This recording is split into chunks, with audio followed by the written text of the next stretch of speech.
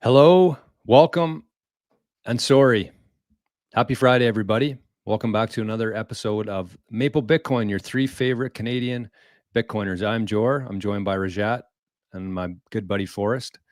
And today we're talking about 110K, although it got to 111K Bitcoin. So that's the 112. topic. 112. Did Yeah, it? yesterday. I missed I that. thought I it must was have been I on the thought it golf was course. just under, but Was it just maybe under? I thought I hit 112. Oh, maybe I'm wrong. yeah, Maybe it hit like certain 111,999. Yeah. Yeah. Which should also we should bring up the fact that it's 155,000 Canadian dollars, which not a lot of people pay attention to, and 16 million Japanese yen for one Bitcoin. Wow. Yeah. Wow is right. Like I kind of expect that out of some of the poorer nations for it to be like super inflated like that. But Japan, 16 million Japanese yen for one Bitcoin. Like that, just saying that out loud is just mind boggling to me. Yeah. But anyways, I want to we're going to talk about a couple different topics today. We're going to start with the price stuff. We're going to get to a tweet from Michael Saylor about pizza day yesterday. We're going to talk about Bitcoin as a superpower. So in the last couple episodes, we've been doing something in the chat just to kind of get things going there. So today, what I wanted to ask everybody is if holding Bitcoin is a superpower, what is the best feature? What would be your favorite aspect of Bitcoin that allows that superpower? There's many of them, but a lot of people see it as a store of value, some as a medium of exchange, some as a technology. So let us know, because this is interesting feedback, I think, for us in terms of how people see it. So maybe just to kick things off, what do you guys think is the most important characteristics of Bitcoin that make it a superpower? What's number one for you guys? I think it's interesting. The white paper talks a lot about it being peer-to-peer digital cash. It really talks about that medium of exchange, which is definitely a use case and definitely something that's needed. But I think actually the bigger use case is what we're seeing currently, which is store of value. The knock-on effects of having some of a way to be able to save your purchasing power into the future. The knock-on effects is, it goes into everything. It goes into the unaffordability of living. It goes into gambling in the casino of the markets.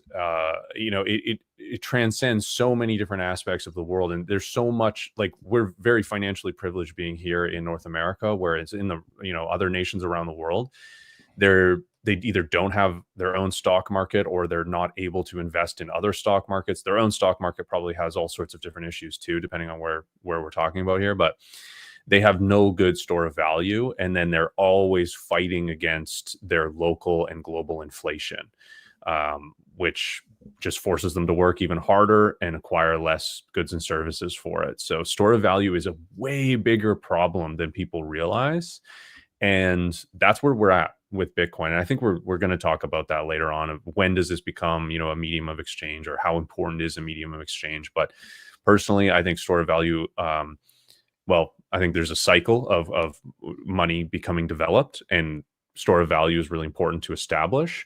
And it's also a really massive problem that Bitcoin is solving. And Bitcoin's superpower is that it's the best store of value, I would say. Yeah, I completely agree with you. I think that store of value phase is really important for us to actually get to a medium of exchange phase at some point. And I think it's important to remember that these are phases. It's going to take time. For example, I think with gold, people didn't really transact with it for a couple thousand years, I think it was. They didn't start transacting with it immediately.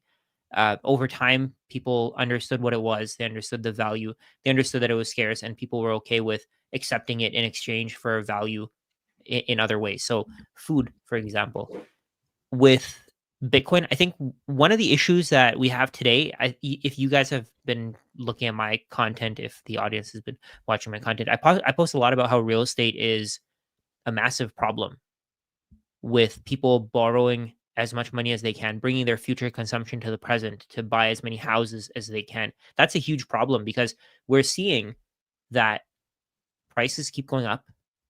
The expenses to own a house, most people can't buy a house. And I think the majority of price increases for everything are starting from real estate, because there's more and more value being wasted on real estate. There's more and more energy being wasted on buying real estate and investing in real estate and analyzing real estate when housing should just be a house. A house should just be a house, a place to live in. We shouldn't be thinking about what's the cash flow that you can earn from this property, or what the um, what the different ways are for you to financialize housing. And I think that's a massive problem. Can you just share my screen there, Jor? Oh yeah. I saw this quick post before from somebody on Twitter. So you can see here, June Marie. I received my tax notice from the city of Edmonton. My property taxes are now $1,342 per month for a 3-bedroom, 2-bedroom, 2-bath bungalow. 1 year increase of $230 per month for seniors living near the river value, and I'm retired. This increase is criminal and needs looking into. So I don't know if this is Wow. it feels like a scam, right? These people spent their entire lives getting to finally be able to own a house, and now who knows if they paid it off. I'm not going to make an assumption here. If they did pay it off though, and they're living on a fixed income, what if they can't afford to pay the property taxes on this house? And this is something that happens because of the fake money that we have. So Bitcoin, being the store of value, completely removes housing from being an asset, and we stop using when we stop using housing as an asset, it just changes everything. All these people who have spent their entire lives working, they can now actually make ends meet. That's a crazy percentage increase. That's 17% Wow. in 1 year that property taxes have gone up. I mean, and that's completely out of their control. And that also lowers the value of that house, because now if they're trying to sell it, when somebody's buying something, they're going to price in how much the property taxes are and evaluate it based on all the costs associated with buying that property. That's really crazy. That's a really crazy post. Yeah. And that seems like a lot, but yesterday on the show, I was looking at the price of Bitcoin when I started streaming on 88 Sats Radio, and it was $35,000 US. And so it's in a year and a half, it's gone up 3 times, which means that if you were storing your wealth in fiat dollars, US dollars, or Canadian, any sort of fiat currency, you lost 67% of your purchasing power in a year and a half. So like 17% increase seems like a lot, but in reality, and I think that this is where there's such a disconnect, is because most people are still plugged into the matrix. They still see that inflation's 2%, 3%, 5%. In reality, it is significantly higher than that. And it's housing, it's utilities, it's the grocery store, it's everywhere. Everything costs so much. And the real unlock there for people is just, instead of storing your time and energy in fiat, just store it in Bitcoin. Everything gets cheaper instead of more expensive. Like, it really isn't that hard. It's just such a big leap for people who are still plugged into that system to believe in something like Bitcoin. But when you show them that, it's like very objective. You lost 67% of your purchasing power just because you were holding dollars instead of Bitcoin. Nuts. Absolutely. Jor, we haven't heard your what you think is the superpower of Bitcoin. Oh yeah, curious to hear that. I didn't even think about it. I was too worried about what other people and you guys were thinking. I actually saw a comment here, and this is it is something that in Canada here, it's not a huge deal. In the US, it's probably not a huge deal, but it could be one day. And Russ here said the fact that you can cross borders without divulging your assets, this is especially irrelevant in corrupt countries with difficult custom procedures. Like, that to me, I think, is the biggest thing that a lot of people, it might not be the biggest superpower, but I think it's the most underappreciated aspect of Bitcoin, is that it is the asset that you can truly own. And I think that when you have an asset like that, it really changes the whole landscape of incentives. Because I think that if bad actors, criminals, once they get to the point of understanding Bitcoin and that it's valuable, they'll also get to the understanding in the sense that it is very hard to take somebody's Bitcoin from them if they've secured it properly. And so in that sense, I see a huge decline in violence over the years. This is on a micro scale for individuals. It's going to be bigger for countries. But like, when you have an asset like that you can cross borders with, that you can protect without worrying about somebody killing you and taking that, that's a pretty big deal. because we've been absolutely obliterated by war. Not so much here in the West, but like parts of the world have just been obliterated by war and violence for the last, I don't know, 100,000 years. Like we've never had something like this before. And I think that having this now, and I was talking to a guy actually this morning, and he was talking about MicroStrategy and Bitcoin and how he planned on actually trading his strategy for Bitcoin, because Bitcoin is the asset. And he said that if he ever had to leave the country, he could do that with Bitcoin. That's what you want to have. You can't do that with MicroStrategy shares. You'd have a very hard time moving countries, finding a new place to live, and having access to those shares. That's a very underrated part of Bitcoin from my perspective, anyways. You can't do that with real estate either, right? If you have all of your assets Or denominated in gold. real estate, where are you going to take it? Yeah, and yeah, what you said there, George, is so interesting about how Bitcoin essentially raises the cost of violence, because there's not as much potential reward and it makes it more difficult. And if you look at the way nations engage in violence, oftentimes they'll engage with what they believe to be a lesser foe, because there's less cost to that violence and more ability to extract value out of going to war. It's why the Cold War was not, the Russia American Cold War during the decade or the century of the 1900s wasn't a physical war, because there was too much cost of violence. It was too expensive because there was potential for nuclear war. They're very strong nations against each other. And then instead the US goes on these like little skirmishes around the world where they can extract a bunch of natural resources and destroy a bunch and take property and all sorts of things, because there's less cost to that violence. So all of that extends down to the individual as well, where if you store your assets securely, there's less incentive for a violent actor to try to take that from you, because there's more cost to violence. What do you think on that, Rajat? Oh, I like you here. I completely agree. I think before this, it wasn't possible. We had to use either physical goods or basically just trust. And it seems like fiat is almost the trust side of things instead of well, it is. It's the trust side of things where it's all just debt.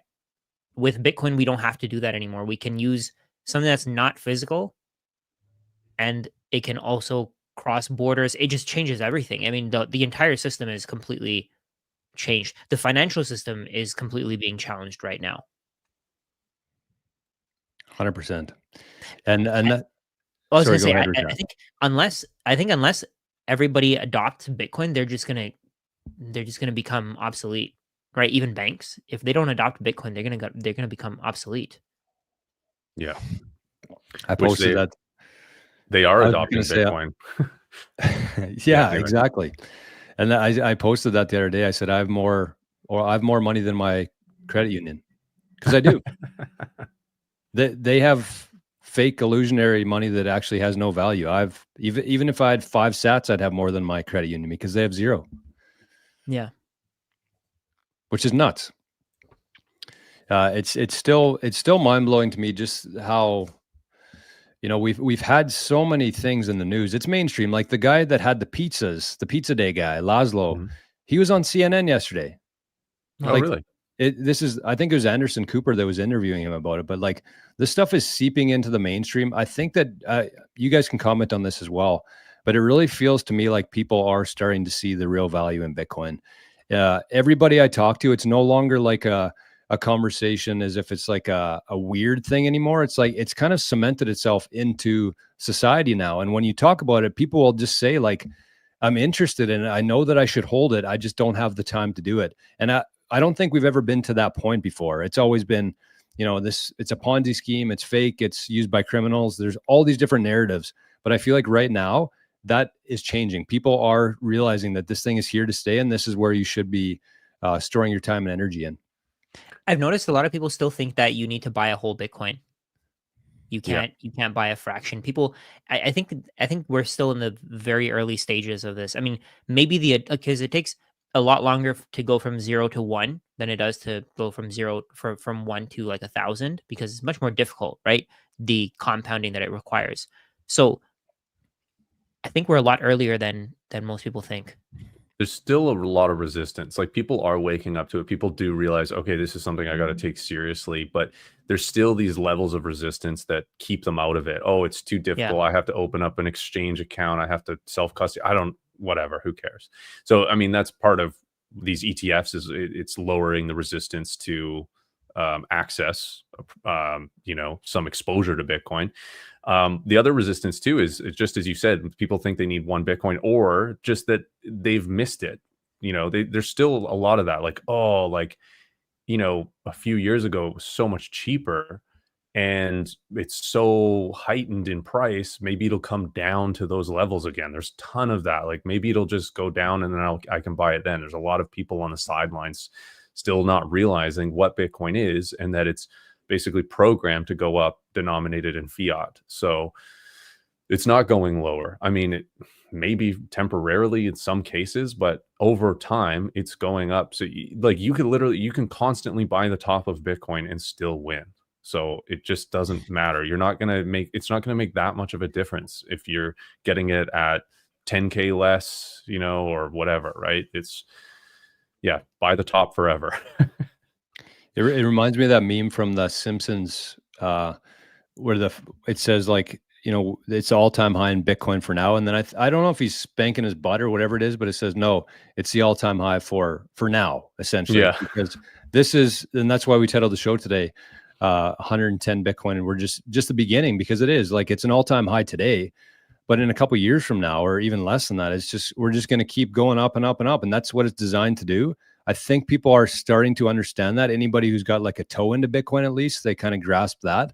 But my concern is that there's too many people who are still too far away from that. And these big institutions are coming around quicker than the average person. And I think it's a problem, honestly. And I don't know if there's a remedy to it. I mean, we're doing our best here to educate the average Joe, average Jane. But yeah, I mean, I just think that over time, the people who are here today in 2025 are going to benefit the most. The people who have taken time to understand Bitcoin, time to protect that, everything like that, they're going to be rewarded. But I think society as a whole, based on these violence incentives we were talking about before, every single person on the planet is going to benefit from moving onto a Bitcoin standard, which we are. Like, people are still calling Bitcoin the future reserve asset. It is. It's just that nobody's come on TV and announced that yet. But it is absolutely the current reserve asset, and it's repricing every other asset on the planet today. Yeah, the majority of people definitely need somebody to announce it on TV. Yeah. I don't think they're going to do it otherwise, because they're going to keep thinking that, oh, it's a scam, it's a Ponzi scheme, it's this, it's that. They're not going to. I feel like there's a group of people that's going to say that Bitcoin's a scam no matter what. It doesn't matter how high it goes. They're like with Peter Schiff, for example. The price goes higher, he says, "Oh, I feel bad for you." The price goes lower, yeah, I told you so. Price goes higher, yeah, you should sell. No matter what, he's going to keep saying that. But who knows? Who knows? I mean, maybe that's the thing that's going to be really special at this Bitcoin conference, where he comes out and says, "Hey, I actually have a stack of Bitcoin, and I believe in it." Yeah. Yeah, maybe. We'll see. That'd be pretty interesting. Yeah, that would be interesting. Did you see this comment from John Chess? U.S. Treasury confirms the end of the penny. I just looked it up. I confirmed it. They produced their last batch of pennies, the mint in the U.S. So, like, I don't know. That's just another sign of, like, the penny's been, it's cost them more to produce a penny for a while, and the penny is essentially worthless. Here in Canada, we haven't had a penny for a long time. It's been no issue. They just round up and down because those few cents don't make any difference with something that has been devalued so much. Wow. Somebody said Yeah. here, 1 penny costs 3.7 cents to make. There you go. Yeah, it's pretty wild. And yeah, I don't know, it's like just another sign, right? And I think, to your earlier point, somebody needs to come on TV and tell them to buy Bitcoin and stuff. A lot of people have been doing that, but there's a certain amount of people that really still believe in authority. They have an authority bias, and they don't really, I mean, they might think about for themselves in certain regions, but with, like, finance, it's just too beyond them, and they just put that up to authority. Like, they allow other people to tell them what to do, and those people are probably shaken out of their positions really easily too. They don't have conviction. They might not learn, but those people are coming, in my opinion, because there will be more and more authority telling them Bitcoin's here to stay. Bitcoin is part of your portfolio, 1, 2, 5%. We've seen all this stuff happening. It's just a matter of time before more and more people allocate to it. Yeah. I wanted to just take a quick break to mention our QR code. If you guys want to talk about it, we have what is it called? A Speed Bitcoin account or Coinos account? Both, yeah. So you can, if you look at the QR code next to my head here, you can scan it and you can send us some Bitcoin. If you find value in this conversation, we're trying to create as much value as we can. We're trying to help as many people as we can. If you find value in this conversation, send us a little bit of Bitcoin if you want to. We're going to buy a Lamborghini with it. And also we have I think we have, so each of us has a one-on-one session. If you want to join a meeting with us, do a half-hour, 1-hour call, whatever you want to do. They are paid, but you can check the link in the description below and you can find those links for that. Good call, Rajat. I didn't put that in the show notes today, but yeah, you can find a way to get a hold of us on our channels. We have it in all our videos. I'll put it in the show notes after the live stream today. And just find it. You'll find it somewhere. Yeah. And also that QR code is a Lightning address. So you have to send Lightning Bitcoin. I've gotten a few comments of, oh, I can't send Bitcoin there. If you're trying to send on-chain Bitcoin, that won't work to that Lightning address. It's got to be Lightning, which, yeah, you can use all sorts of different wallets. Wallet of Satoshi here in Canada. I think Cash App in the States, Strike, they have Lightning options. And then Coinos. You can send. Yeah, Coinos as well. Yeah, which is a great one, but you have to fund that from an alternate source. You can't buy Bitcoin on there, but yeah. And if you're in Canada and you're listening to this, which I'm assuming some people are, if you use Bitcoin Well, actually, and we have a referral link to that. So I will have actually, I should have had this before, but we'll have the one-on-one session information. We'll have the on-chain address. We actually have that for people who aren't on Lightning yet. I'll put that in there, and I'll also put our Bitcoin Well. So the nice thing about Bitcoin Well is they actually have a swap for free feature, which means you can swap if you have Bitcoin on chain, like in cold storage or in a different wallet. Oh, wow. You can swap for free, zero charge. It takes about 10, 15 hours because they batch their transactions, but I haven't seen that anywhere else on the planet in terms of being able to do that for free, because it is an on-chain transaction. Every time you're moving from Lightning to on-chain or vice versa, that's a Bitcoin transaction. So it does cost something, but if you're using Bitcoin Well, it's free to do. So it's almost worth getting an account just for that reason alone, because that's cost me a lot of sats in the past. Yeah. The other services like Bolts charge like 1% to do that. So yeah, it being free on Bitcoin Well, I don't know why they don't talk about that more. That's such a huge service. I agree. In my opinion. Yeah. That's massive. I think it's because it's only in Canada right now, and they are still catering to both Canada and the US. So they're trying to, right. They don't want to piss off the Americans. Right. But since actually, before you said that, Rajat, some beautiful soul out there sent in 33,333 sats to the Maple Bitcoin Fund. Wow. That's huge. And since then, we've got 10,000 sats. Both these were anonymous. You can leave a message too that we will read on the show, on the live stream. So if you have a message to send, that's the best way to do it. It's very similar to a super chat, except a Bitcoin version of that. So we got 450, 1,500, and 5,000. And the 5,000 comments said, when Lambo. So at this rate, not too far away. Yeah. It depends how much debasement there is in currency. Those Lambos might get cheap priced in Bitcoin. That's a good point. No doubt. BTC Cowboy says, can you write the address? Is it the Coinos address? Yes, it's right at the bottom here, the one scrolling across the screen here. So also, last promotion, leave a thumbs up if you find value here, because it really helps to push the video. YouTube pushes that out to more people if you engage. So we'd find that great. Good call. Yeah, we want, that's what we want. We want this information. The whole point of this is to educate the average person on Bitcoin, because we, the individual, want to hold as many sats as possible. Every sat that you buy, every sat that you send to your cold storage wallet is a sat that Michael Saylor will never get, that Larry Fink will never get, that the US government will never get. Like, that's a big deal. They can't I was create about to say these. that's a great point. Yeah. Like, you have to think about them as like scarce real estate, in the sense that once you have that, once it's in your cold storage, nobody else can get that from you. And that's a pretty big deal. Very powerful. Yeah. And shout out to Letha D in the chat there. She sent one of those 10K sats. Said she couldn't comment using Speed Wallet, but shout out to her for sending that. Letha. Thank you, Letha. And sorry, this is the last one I'm going to mention here for now. Well, we'll maybe check in on this in a little bit. If you have a comment or you just want to support the channel here, you can. But we just received 100,000 sats.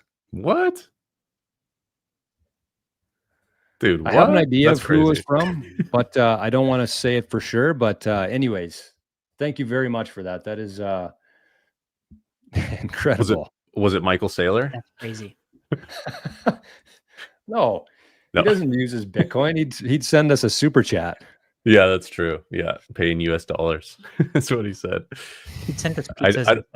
I don't think you can send claims to Coinbase Bitcoin anyway. Oh man. Hey, let's talk about why we think Michael Saylor is wrong. What is he wrong about? Yeah, there's a great tweet he posted yesterday. They had a big pizza party because of Bitcoin Pizza Day at Strategy. I think George maybe pulling it up here. And yeah, pay with dollars, eat the pizza, keep the Bitcoin. In principle, this makes a lot of sense because it's Thayer's law, or sorry, not Thayer's law, Gresham's law. You're selling, or you're using the bad money, dollars that depreciate in value over time, and you're keeping the scarce, valuable money that's going to appreciate in time. So this on paper makes a lot of sense. Now, I think I think it was maybe a misstep to post this, in my opinion, because there was a lot of backlash. And I think a lot of that backlash, personally, I feel is justified.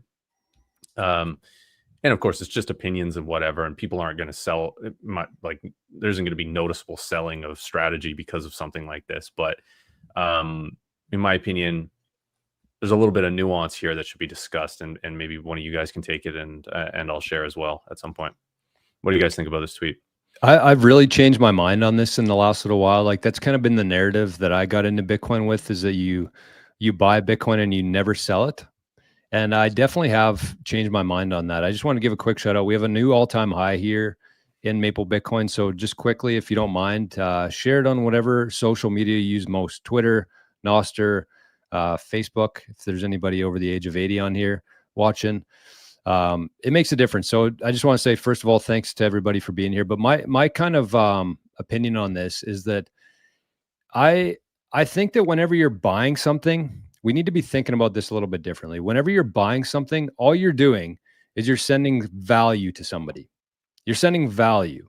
And that's how I think that people should be thinking about it. That's what I've changed my mind on. And it doesn't really matter what you're paying for that value in. It could be dollars, it could be Bitcoin, it could be sheep. You're buying something and you're sending somebody else value for that thing. And this is kind of like my thoughts on it is like, if I wanted to buy a $30 pizza and I paid in fiat, instead of selling my Bitcoin, that's fine. But if I just held on to that $30, I could have just bought Bitcoin instead. Those two things are interchangeable. They're both just value. So when you're buying something, it doesn't really matter how you're paying for it. You're still sending value. Either way, it's a decision that you have to make. So yes, it might be a little bit more inconvenient to swap that into Bitcoin or pay in Bitcoin and then buy more Bitcoin.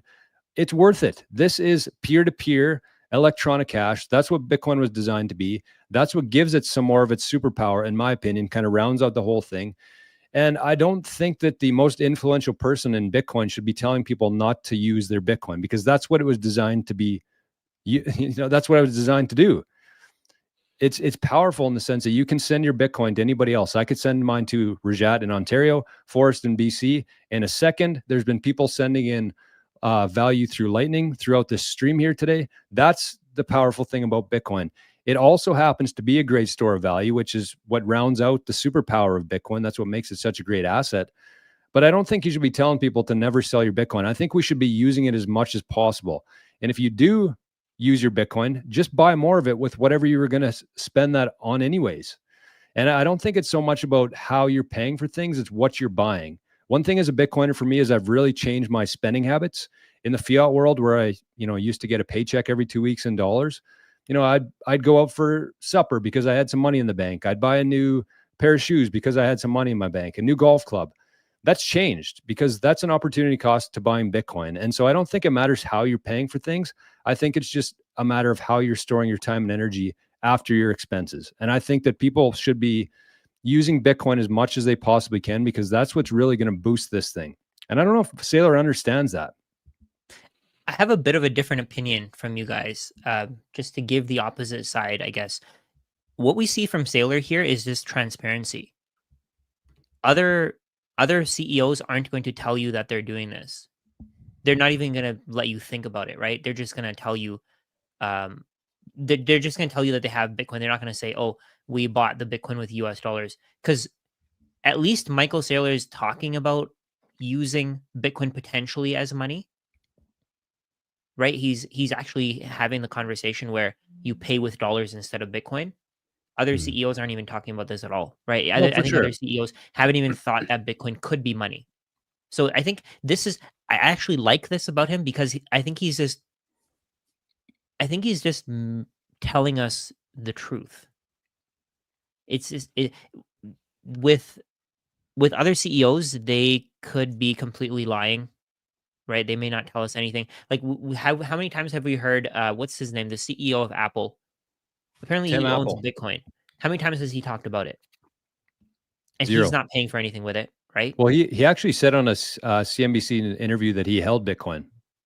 But he's not talking about it publicly, right? He's not No. helping. He's, if anything, he's helping the wealthy. At least with Michael Saylor, he's going on X, something that a lot of individuals use who could actually benefit from holding Bitcoin. And I think this is just what's happening, right? Companies aren't gonna, if Bitcoin goes to MicroStrategy, people might be thinking, yeah, they might sell at some point. So I think that makes it a little bit uncertain. But with what Michael Saylor is saying, he's just confirming that they're never going to sell. Yeah. If they have Yeah. fiat, why would they use fiat to pay for Bitcoin or to pay for pizza? Or sorry, if they have fiat, why would they use Bitcoin to pay for pizza? Right. And I think that should be the way that everybody thinks, because that's what's going to see. Right now, we're in that store of value phase. So why would you use your Bitcoin as a medium of exchange if we're in the store of value phase? If people haven't had massive returns on their Bitcoin. So if you think about MicroStrategy, for example, they're up like 50% on their Bitcoin, maybe 60%. I think I think that people will start using it, even in the case of MicroStrategy. Maybe they'll never start using it, but I think people will start using their Bitcoin as money once they're up 10x, 20x, 50x. Because at that point, it's just burning a hole in their pocket. Otherwise, you can't do anything with money other than buying things of value with it. And then eventually, this is just going to translate to people only wanting Bitcoin. They won't want anything else. Yeah, and I agree with you. I think that it makes a lot of sense what he said at this moment in time, because he's thinking about Bitcoin or even money's use case as a store of value, and how you would just use the lesser store of value for payment. There is kind of I mean, I'm sure this is a lot more nuanced, because he's also talked about how, like, he's congratulated Steak and Shake for accepting Bitcoin. So it's not like he's anti accepting Bitcoin or using Bitcoin as cash or anything like that, right? Um, he's just saying, hey, this is the most important part of Bitcoin to me, which is totally fair, and they've built a business around that. There's also the technical argument against his position, where Bitcoin actually needs to be used on chain to facilitate the security of it, and that corresponds to it being a good store of value, because if it doesn't end up being secure in the future, then it isn't a good store of value. But I don't think you can say that in 3 little lines on a tweet. But the other thing, I mean, I'm not Sailor, but what I would just simply say is, you know, spend and replace when you buy pizza. But again, not as catchy of a tweet, but very, very easy to do. Anyway, what were you gonna say there, Rajat? If you spend and replace, you have to pay taxes, you have to pay fees, right? You have to pay the 1% spread. I mean, that just increases your cost of using Bitcoin. Unless, like, why would you pay more if they're not giving you a discount to pay in Bitcoin? Like, if somebody, okay, so let's say, for example, if if I wanted to book a one-on-one call with you guys and you had an option to pay US dollars versus you had an option to pay Bitcoin, and you don't give me a discount to pay Bitcoin, why would I give you Bitcoin if it costs me more to pay in Bitcoin? Yeah, that's a really fair point. Very fair point, Yeah. especially in today's age. But I do charge a surcharge for people paying in fiat. Oh yeah, no, I get. Yeah, Yeah, that's the way you personally. should do it. That's the Yeah, right way to do it, right? If anything, if the pizza shop gave him a discount of 5%, maybe he would pay in Bitcoin. maybe. And the other thing too, like capital gains is a big hindrance to the medium of Yes. exchange conversation. And It is. I've seen a bunch of people comment about it in the chat. But in the US, there is a way to specifically use UTXOs and account for that. So you could buy, yes, there is still that 1% spread. So it does end up being more expensive to use Bitcoin, even if you were to buy and spend it immediately and the prices are the same. There's still that spread you have to pay, but your capital gains wouldn't be affected by that. But it adds a little bit of complexity. And I think the reason to do that is to support the network, to support merchant adoption, because this ends up being something we need in the future. And like personally, like I'm involved with a group here in my town where we're actively onboarding people as merchants. And the part of the reason that I'm willing to go spend my Bitcoin at these places is because in a scenario where I'm not allowed to use cash, I want to be able to buy things with my Bitcoin, right? And so it's to future proof scenarios where Bitcoin is that use case of permissionless money is usable because people are onboarded and willing to accept it. So I think it's that mission to spread further adoption that's important with it being a medium of exchange. But there is friction to that medium of exchange happening, and that's why we're not seeing it as much, and we're seeing people talk about it more as a store of value, and it is acting much more efficiently as a store of value than its medium of exchange piece of that money. Yeah. Yeah. Somebody said there, you guys are missing the point that there's going to be a point when nobody wants fiat, and I completely agree. There's going to be a 100%. point because it won't be worth it. Why would you want fiat? Because you're not getting paid for what you're doing if somebody else can just create more money.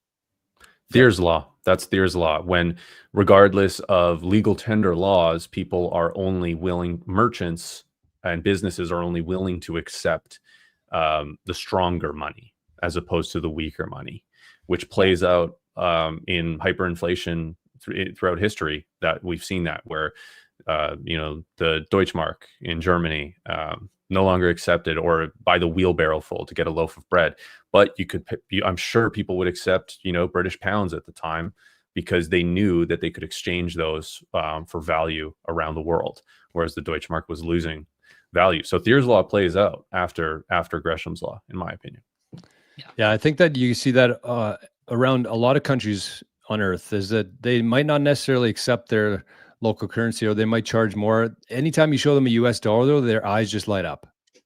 But why? Because it's the strongest currency. It was the strongest currency before Bitcoin. But I just want to go over a couple different things because Rajat, you were talking about the PayPal thing there, and I think that this is my thoughts on this is like I had a consultation with somebody this morning, and he's like, I feel really bad. I paid for the call with PayPal. I should have paid you in Bitcoin. I was like, well, I mean, it's value either way. I'm going to buy Bitcoin with it either way. But what we were talking about there, I said, do you know why it would be more powerful if you sent Bitcoin to me? Because one of the main concerns that I have with our society right now is the control. And part of that control is through companies like PayPal. They have too much power. And if people are sending Bitcoin instead of using PayPal for that, that reduces the amount of power and influence that a company like that has. And for somebody who uses PayPal and doesn't necessarily talk about things that the state loves, that's a real issue for me, because at any moment PayPal could just say, you know what, you're talking about Bitcoin, we don't like Bitcoin, you can't accept money anymore. That's a problem. That's not a problem for every person, but it's a problem for me. And so I think that not only could he send Bitcoin, nobody else would know about it. He wouldn't have to put in his credit card information, banking information. It wouldn't show up anywhere for me. Like, that's one part of it. But just like simply taking some power away from PayPal, to me, is worth that 1 or 2%. And the other thing I was going to say there is that, for somebody in my shoes right now, I keep the majority of my wealth in Bitcoin. And so I think that if you ever have to, if you're able to pay for things in fiat, that means that you're short Bitcoin. You're not all in on Bitcoin. If you live in Bitcoin, then you're going to spend some Bitcoin once in a while because that's where you're storing your time and energy. So for me, I buy things a lot in Bitcoin, or I use Bitcoin to exchange for fiat to buy things, whatever that may be. But it's because that's where all my stuff is. And I don't always spend and replace it because that's just part of my life. I have to pay for things to live. And I use Bitcoin to facilitate that. So that's just kind of my perspective of it. I see what you guys are saying as well, but I just don't think we should downplay how important it is to be able to transact peer-to-peer without intermediaries like PayPal in this situation. It's a big deal. I agree. But the point with Bitcoin though is that it gives you a choice. That's the most important thing. Everybody can do whatever they want with their Bitcoin, and that's the greatest part. With fiat, for example, we have no other way to pay. With Bitcoin, at least we have the opportunity to pay with other stuff. For me personally, if somebody wanted Bitcoin, I would pay them 100% with Bitcoin, right? If somebody doesn't want Bitcoin, why would I force them to take Bitcoin? And then they're obviously going to go and convert it into US dollars, and I lose, and then they lose. It's just giving more money to the financial services industry. Yeah. Yeah, all good points around the board, and I think there are times when it makes a lot more sense to actually use Bitcoin. Like I'm working with a filmmaker in Kenya. I've been sending money through these remittances services, and they take like insane percentages. And finally, I've convinced him, all right, if we're going to continue working, you got to accept Bitcoin. And then he's like, okay, fine. And they have a really cool system in Kenya. This is maybe a side point, but they use something called M-Pesa, which is a way to pay through the SIM card in your phone and actually convert into Kenyan shillings. And Wow. there's this app called Tondo, and it connects to your Lightning wallet, like Wallet of Satoshi. And so when you transact with M-Pesa through Tondo, it immediately converts your sats into Kenyan shillings and sends it to the other person's M-Pesa account. Wow. So it's like this little intermediary. It's really great for merchant adoption. So, hey, George, can you share my account, my screen? Yeah, it's very similar, almost exactly similar to what you were saying there. Yeah. This is called Matching Core. This is another guy that I work with. He same thing. He was telling me about this. It's so cool. Really cool. So cool that you can do that. See, can that's you just the thing. Explain that again. So what you can do is you can send people Bitcoin to their phone number, from what I know. This is slightly different from what I was talking about, but this is really cool as well. I know about this too.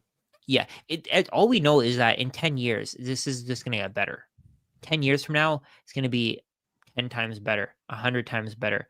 You don't know what kind of innovations people are thinking about even right now and what's in process of being built.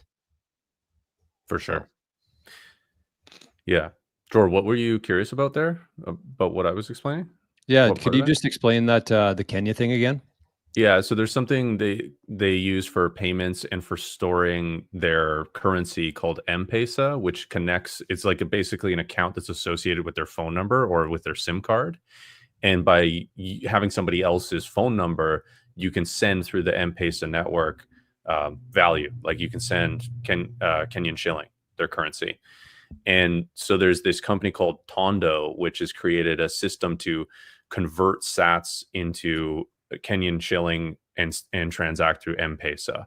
So if somebody holds sats on Wallet of Satoshi, connects Wallet of Satoshi to Tondo, somebody could pay with Tondo as if they were paying with M-Pesa, but it would actually be coming from Bitcoin directly, their Bitcoin account, instead of their Kenyan shilling account. That's super cool. Very that just makes so much sense. I think that it's kind of crazy to me that that's happening in Kenya of all places. That seems like the world we're headed to in a lot of respects, and in monetary stuff, but also like in tokenizing stocks and things like that, that you can basically decide how you want to be. That's super cool. And it's cool that they have that technology here, and we're kind of still in the Stone Age in the West. Well, they need it. They need it more than us, right? Yeah. That's the thing. They don't have Interact e-transfer. They don't have Cash App. They don't have all that. Like I tried to send PayPal to this guy. He can't get a PayPal account. You know, it's next to impossible. So he's stuck with these remittances things, and yeah, it's just a nightmare. And Bitcoin totally changes that, in my opinion. Such a use case today. And any Bitcoin that he receives from you, it's going to change his life. It's like we mentioned before, you receive Bitcoin, and if you can keep it, you can basically set your own wage. Yes. I love that. Exactly. Do you want to just explain that? I'm going to bring up this super chat. I see RS. I saw a couple comments too. We're not ignoring you. There's just a lot going on. We don't really want to break up the conversation once we're kind of flowing here. Yeah. So maybe just explain the setting your own wage thing, Rajat, because I think that that's a super interesting thing for people to be thinking about. And then we can get to this super chat from RS right after that. So let's say, for example, if you guys send Satoshis to that QR code on that corner there, right next to my head, if you send Satoshis to that, and if we don't spend those Satoshis for, let's say, 5 years, you send us 10,000 Satoshis, and in that time, Bitcoin's price 10x's. If you send it, sorry, I think I said I think I said 10,000 Satoshis. So today, that 10,000 Satoshis is worth $10, but in 5 years, it may be worth $100. It may be worth $1,000. So what I'm saying here, where you can set your own wage, is instead of spending the Bitcoin right away at the current price of Bitcoin, you can wait and you can spend it in the future when the purchasing power of your Bitcoin has gone up and essentially your hourly wage has increased, because the amount of things that you can buy with the hourly wage that you earned years ago has now gone up. So with fiat, it's the opposite, where if you wait to earn, or sorry, if you wait to spend your fiat, your hourly wage basically goes down because you can buy fewer and fewer things with your hourly wage. With Bitcoin, it's the opposite, where it goes up. With fiat, it goes down. So completely different systems. And like I said, with Forrest, the guy who you're working with, if let's say you pay him $100 a month, if he waits 10 years to spend that $100, that could be equivalent to $10,000 for him. And then on top of that, I work with a guy from Nigeria, so for him, their currency is decreasing in value so quickly that for him, if he waits a year, it's going to be 5x. A year, it's going to be 2x, 3x. Yeah. It really just, more so than anything else, as you were speaking there, Rajat, the one thing that stood out for me is that Bitcoin really incentivizes saving. Fiat really incentivizes spending, right? Yeah. Because there's no point of holding on to your fiat, but you don't necessarily have to say 10,000 sats in this wallet, I'm going to hang on to it for 10 years and then I'm going to set my own wage there, because that's almost impossible for somebody to do. But the idea is the same. It incentivizes saving. You add value to the world, you get value in return. The longer you hang on to that value and not spend it on stuff you don't need, the more your wage goes up over time from that 10,000 sats that you earned back then. So it's a super cool concept, and it actually really applies to what RS is talking about here. So RS says Jack Mallers said he owns 0 fiat. Being Bitcoin only made his cost of living actually go down. I'm still having a hard time wrapping my head around that. I've only known inflation over time. I mean, that's a perfect example of Bitcoin just like flipping everything that you know about anything on its head. The perfect example of that. Literally everything you find, Bitcoin flips it on its head, and this is one of those things. So how do you guys want to tackle this one? I just wanted to start with saying, thank you, RS, for the super chat, and thanks for your patience. We didn't get to it right away. We tried to, but yeah, we were on a roll there. So for everybody else, I mean, RS probably knows about this, but Jack Mallers, what he does is he just uses a credit card, and then at the end of the month, when you're spending, you have until the due date of that bill before interest starts accruing on your credit card. So it's basically like a free loan for a month. And then he pays his credit card bill by converting Bitcoin into fiat to pay that. So it's a really kind of a cool system.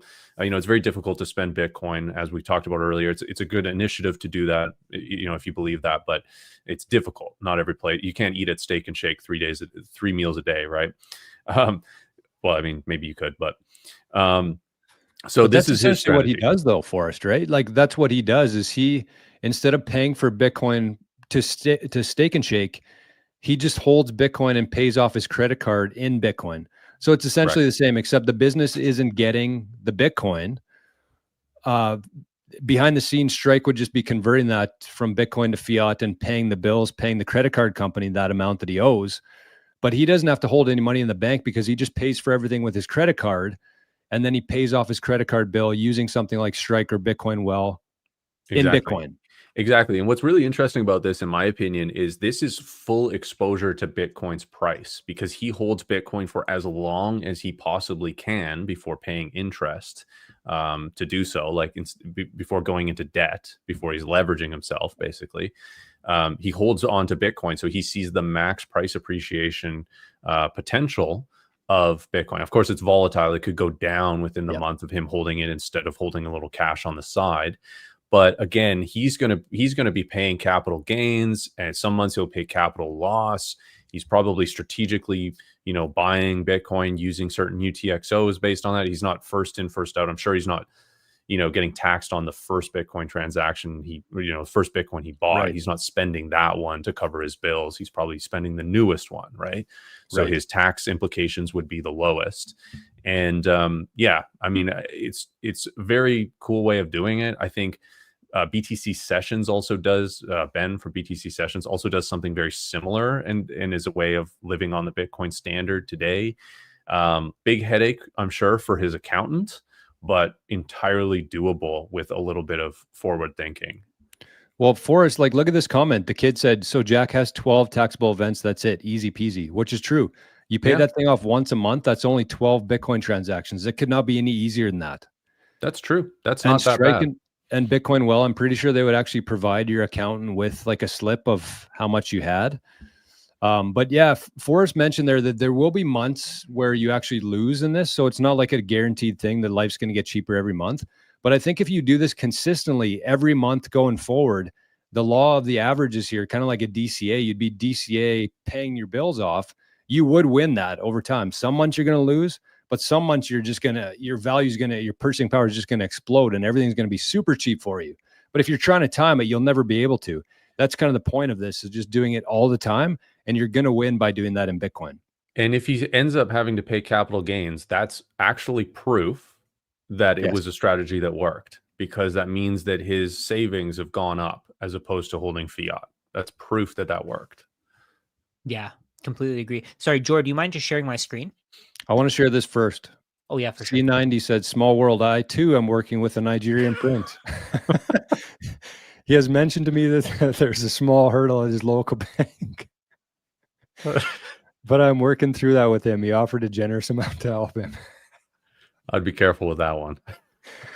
Oh, that's the comment of the day. Thank you for sharing that. Go ahead, Rajat. So I just wanted to share one more thing with that super chat there. Part of what you have to really understand is that the cost of living actually does go down in terms of Bitcoin. If you save in Bitcoin, it's going to go down. So let's say, for example, this is a Big Mac index priced in Bitcoin. So if we get rid of the Big Mac priced in Bitcoin, we can see how the price of everything goes up. So if you're earning and saving in dollars, the cost of a Big Mac has gone up from 353 all the way to 579. So it's up 60%. That's But only if you from get 2010 as well. That's when that Yeah, that's started only the from chart 2010. goes. But keep Wow. in mind that, let's say if you get something healthier, let's say not healthier, but let's say you get something that's actual of actual value. Let's say you get coffee. This is what the price of actually, this is way too volatile. I don't Wow. think this is the right example. Let's go with the Supply house and price. demand of one commodity type index like that. Yeah, it makes sense. But the Yeah. other thing I'll just say about McDonald's before we move on, the Big Mac has gone down in quality since 2010 as has. well. So it's not only just gone up in price, it's gone down in size and Yep. quality. And that's another way that inflation affects things like food. Yeah, so we Same with have houses too. Yeah. right. So we have the price in terms of dollars. It's always going to go up. But if you look at that price, again, this is something that I try to show as many people as possible. But I don't know if people are seeing it. If you look at it in terms of Bitcoin, this is what it looks like. It went from 35 Bitcoin to buy one Big Mac to 0.1 here, or 0.01. And now it's probably just it's what, 5,700 Satoshis or so. Yeah, it'd be 5,000 sats or 4,000 sats in Canada, anyways. Yeah, No, in the there you US, go. I mean, sorry, it'd be a little bit more than that in Canada. Yeah. So that's it, right? I mean, that's the difference. This is how you can see, because Bitcoin is a finite asset, and the value of Bitcoin appreciates as we develop our knowledge on how to make Big Macs easier, and how to improve the quality of Big Macs, right? So the price in terms of Bitcoin decreases because Bitcoin's price appreciates over time. So when you think of it this way, over time, because Bitcoin has a finite supply, because Big Macs essentially have an unlimited supply, the price of Big Macs will always decrease in terms of Bitcoin because fewer and fewer people will have the amount of Bitcoin required to pay for a Big Mac. So right now Yeah. it costs what? What did you say? 5,000 Satoshis to buy a Big Mac? I messed that up. That's in America, and actually, it's Right. about that. But I want to make a point after that, Rajat, because I messed that up. But yeah, go ahead. It's about Oh, 5,000 sats. no, that's okay. So let's say it's 5,000 sats. Eventually, 5,000 sats is going to be what you earn for a week of work. Are you going to be able to pay that much for a Big Mac? No. So it's automatically going to decrease. At some Yep. point, it'll cost you 500 sats. Then it'll cost you 50 sats to buy a Big Mac. Yo, can you go back to just the Big Mac index? I want to try to make a point here. Yeah. This chart looks like the price of the Big Mac is going up, but the price of the Bitcoin is going down. It's the value of the dollars that makes it appear like the price of the Bitcoin is going up. Sorry, can you say that again? This shows that the price of the Big Mac. Well, the actual cost of the Big Mac is going down. It's probably costing they're becoming more and more efficient to produce a Big Mac. Oh, less in labor. Less in labor, less in Yeah. costs, more Cheaper efficient ingredients. shipping, all of this. Cheaper So it's ingredients, yeah. cheaper ingredients, but it appears like the Big Mac is going up in cost because the dollar is weakening against it. Yeah. So wait, let's take a look at real estate then quickly. So we can see here, where's real estate? House price. Same thing. The materials get cheaper, but the price is going up. But in terms of Bitcoin, it costs you 1.8 million Bitcoin to buy a house at this point. At this point, it costs you 4.7. Actually, right now, it costs you something like 3.7. Wow. And then in 10 years, what will it be, Rajat? I actually think it's going to be under 0.37. 0.37. Okay, actually, that's a good guess. 0.37. Bitcoin could actually 10x in that time. And then at the same time, actually, Bitcoin doesn't just need to 10x. If the price of real estate decreases and fewer people want to use real estate as a store of value, then the price of real estate is going to decrease in terms of dollars, and it'll automatically decrease in terms of Bitcoin. Yeah, I'll be buying a house then. I'll hold on to my Bitcoin. As Sailor suggested, I'll spend my dollars, hold on to my Bitcoin, and maybe I'll buy a house with it at some point. Yeah. Rajat, can you put the chart in the chat? Yeah, for sure. The one thing I wanted to mention on this, because I had that backwards, I thought it would actually cost more sats in Canada, but it's actually less. And I think that as Canadians here, I think that that's one thing that really messes with my mind is like we see as the price goes up, our dollars get less and less sats in return. So like 6 months ago, you could spend $1 Canadian and you get 1,000 sats. Today, you spend $1 Canadian and you get 650 sats. So that's the depressing part about it.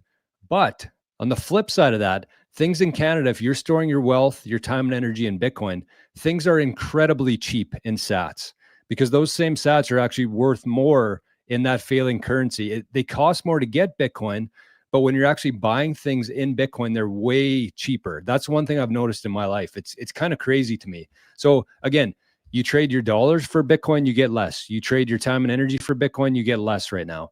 But the Bitcoin that you do have, the things that you're buying get cheaper and cheaper and cheaper. So it's kind of like it's really difficult to wrap your head around that. It was for me anyways. It still is.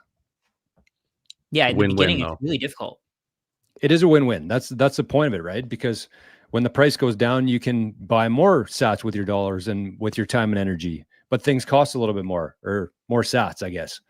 But the flip side is it costs more to buy, but everything around you gets cheaper and cheaper. Yeah, I was at a Bitcoin meetup on Wednesday, and a guy pulled up this little chart that showed every time Bitcoin was hitting an all-time high. It was hitting an all-time high during the meetup, and they were all so excited about it. And I just said, "Hey, this just means I'm getting paid less."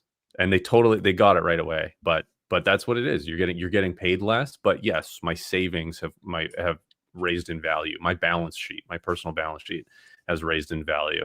The sats go further with whatever you're buying. Yeah, exactly.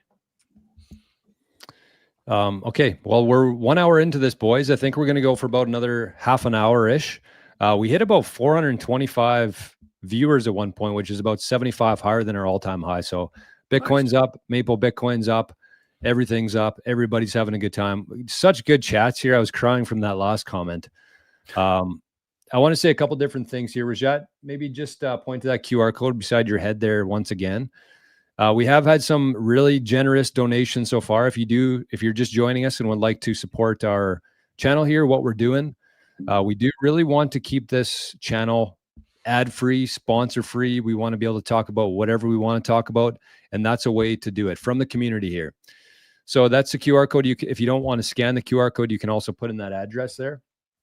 But a couple things. So it was actually Mark who sent in the 333,000 sat zap. So thank you, Mark.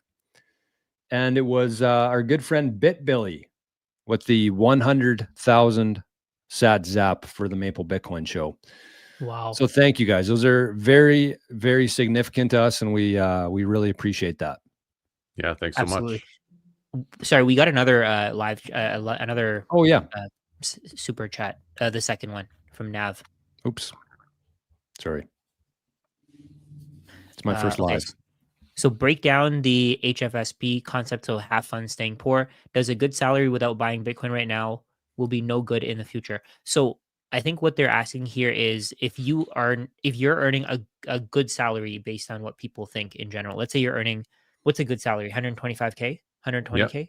That's a good Yeah. salary for sure. So let's say at some point you're earning 120K, and over time your cost, it depends on what you're spending on, right? So it depends on how much you're spending. So if you're spending 50K right now and you're making 120K, it may seem great right now, but if you don't increase your salary, if you don't keep earning more and more, your cost of living will catch up to your salary.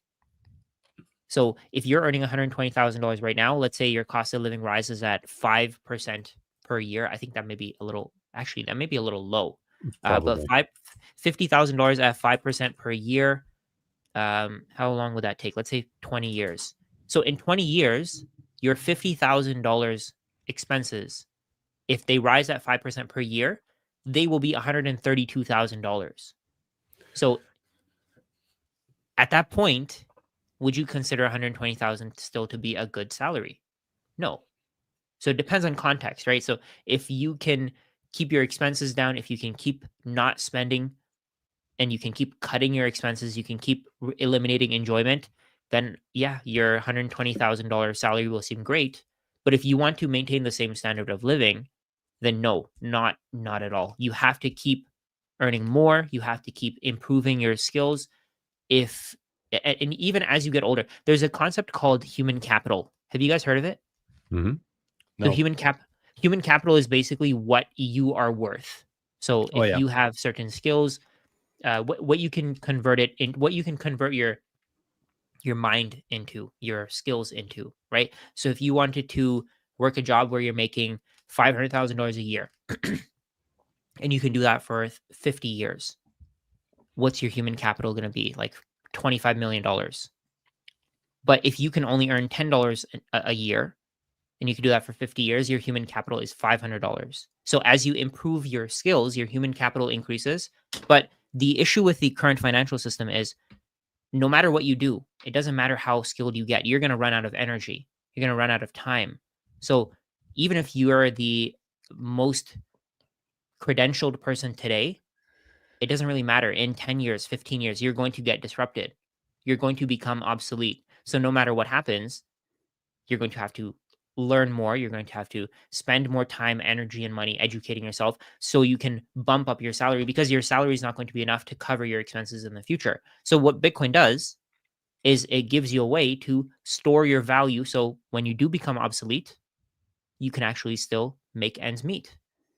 You don't have to worry about living too long. I think that's one of the biggest problems that we have as a society today. People are worried that they're going to live too long because if they don't have enough money saved in retirement, they're going to have to work a part-time job. I've seen posts about people dying on the Walmart floor, right? Yeah. And that's really scary because if you're 80, 90 years old and your government is giving you $2,000 a month in social security or what is it, old age security in Canada, and your rent is $3,000 a month, how are you going to make ends meet? $2,000 is not enough. And at some point, $3,000 will be your rent while you're making $2,000 a month. So how are you going to make ends meet? Either you have your own savings or you work. So yes, have fun staying poor.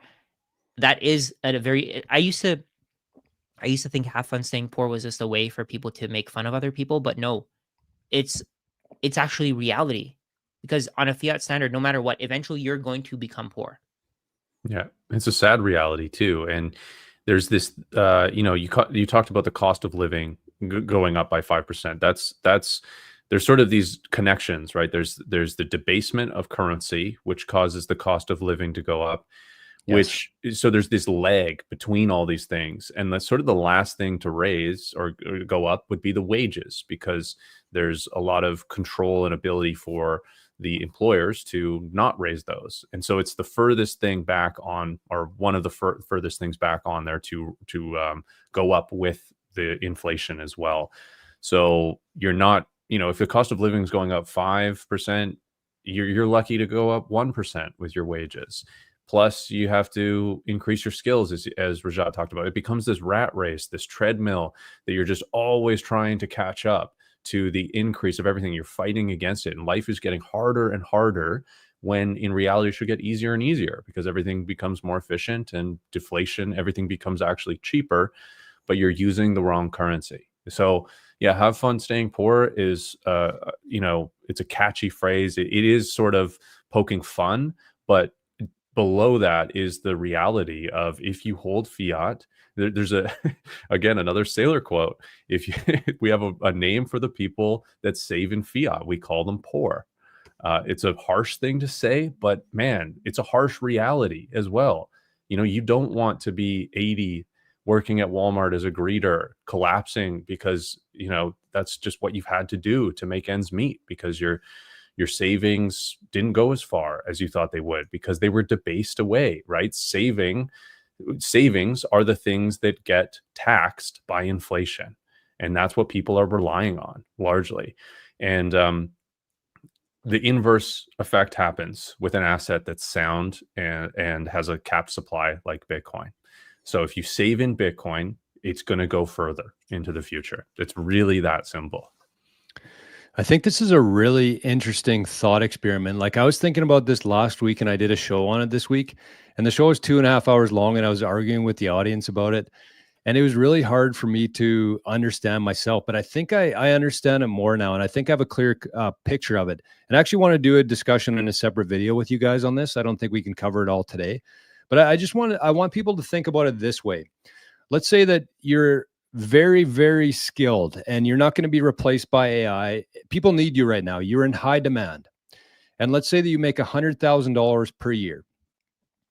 And most people, aside from bonuses and commissions and things like that, most people get their annual bonus, or not bonus, but like inflation increase, which is also crazy to me. But let's say they get a 2 or 3% wage increase to keep up with inflation. So every year, even though your skills are growing, you're more experienced in your craft, because your salary is only going up 2% and you're losing about 15 to 20% in inflation, even though you're accruing more skills and experience and you're better than you were last year, you're actually earning about 12 or 13% less than you did last year. That to me is crazy. And you could argue different things with demand, AI being replaced. That doesn't matter. I'm talking about somebody who's very valuable. They spend an extra year getting better at what they do, and they take a net minus 13% pay decrease in fiat world. That's the reality. I think that's part of working for an employer too, though, right? The employer is going to force your salary down. If you can work for yourself, like for example, all of us, we have our own one-on-one session. We've been increasing our cost over time because we have a bigger audience that we can sell to. Our skills have improved over time, so we're able to adjust our cost to inflation. And then there's other people, like you said there, Jor. If somebody's working at McDonald's, they don't have any power over their employer. They can't. If Walmart doesn't want to pay, if McDonald's doesn't want to pay them more, then they're not going to get more. So this I think it's important to understand this, the have fun staying poor. I think it's important to understand the core principle here. Because if you're getting a salary, no matter how great it is today, can you share my screen? Oh, yeah. But I don't think it like matters of how much leverage they have, Rajat, because even as a McDonald's employee after a year, your skills would still be more than they were a year Right. ago, unless you're regressing. But most Right. people are better than they were last year at their job, but they're still getting a 13% pay decrease net of inflation, which is crazy. It's also about the pool of workers who are willing to offer you the same service, though, right? Like, let's say you work at McDonald's. Over time, the people who can do what McDonald's needs them to do is going to increase, right? And then they can hire robots, for example. They can hire, like, they've replaced their cashiers with robots, right? So, That's what Steak and Shake did. That's why they're able to right. accept Bitcoin now, because they don't have to train their employees to accept Bitcoin. They're just machines.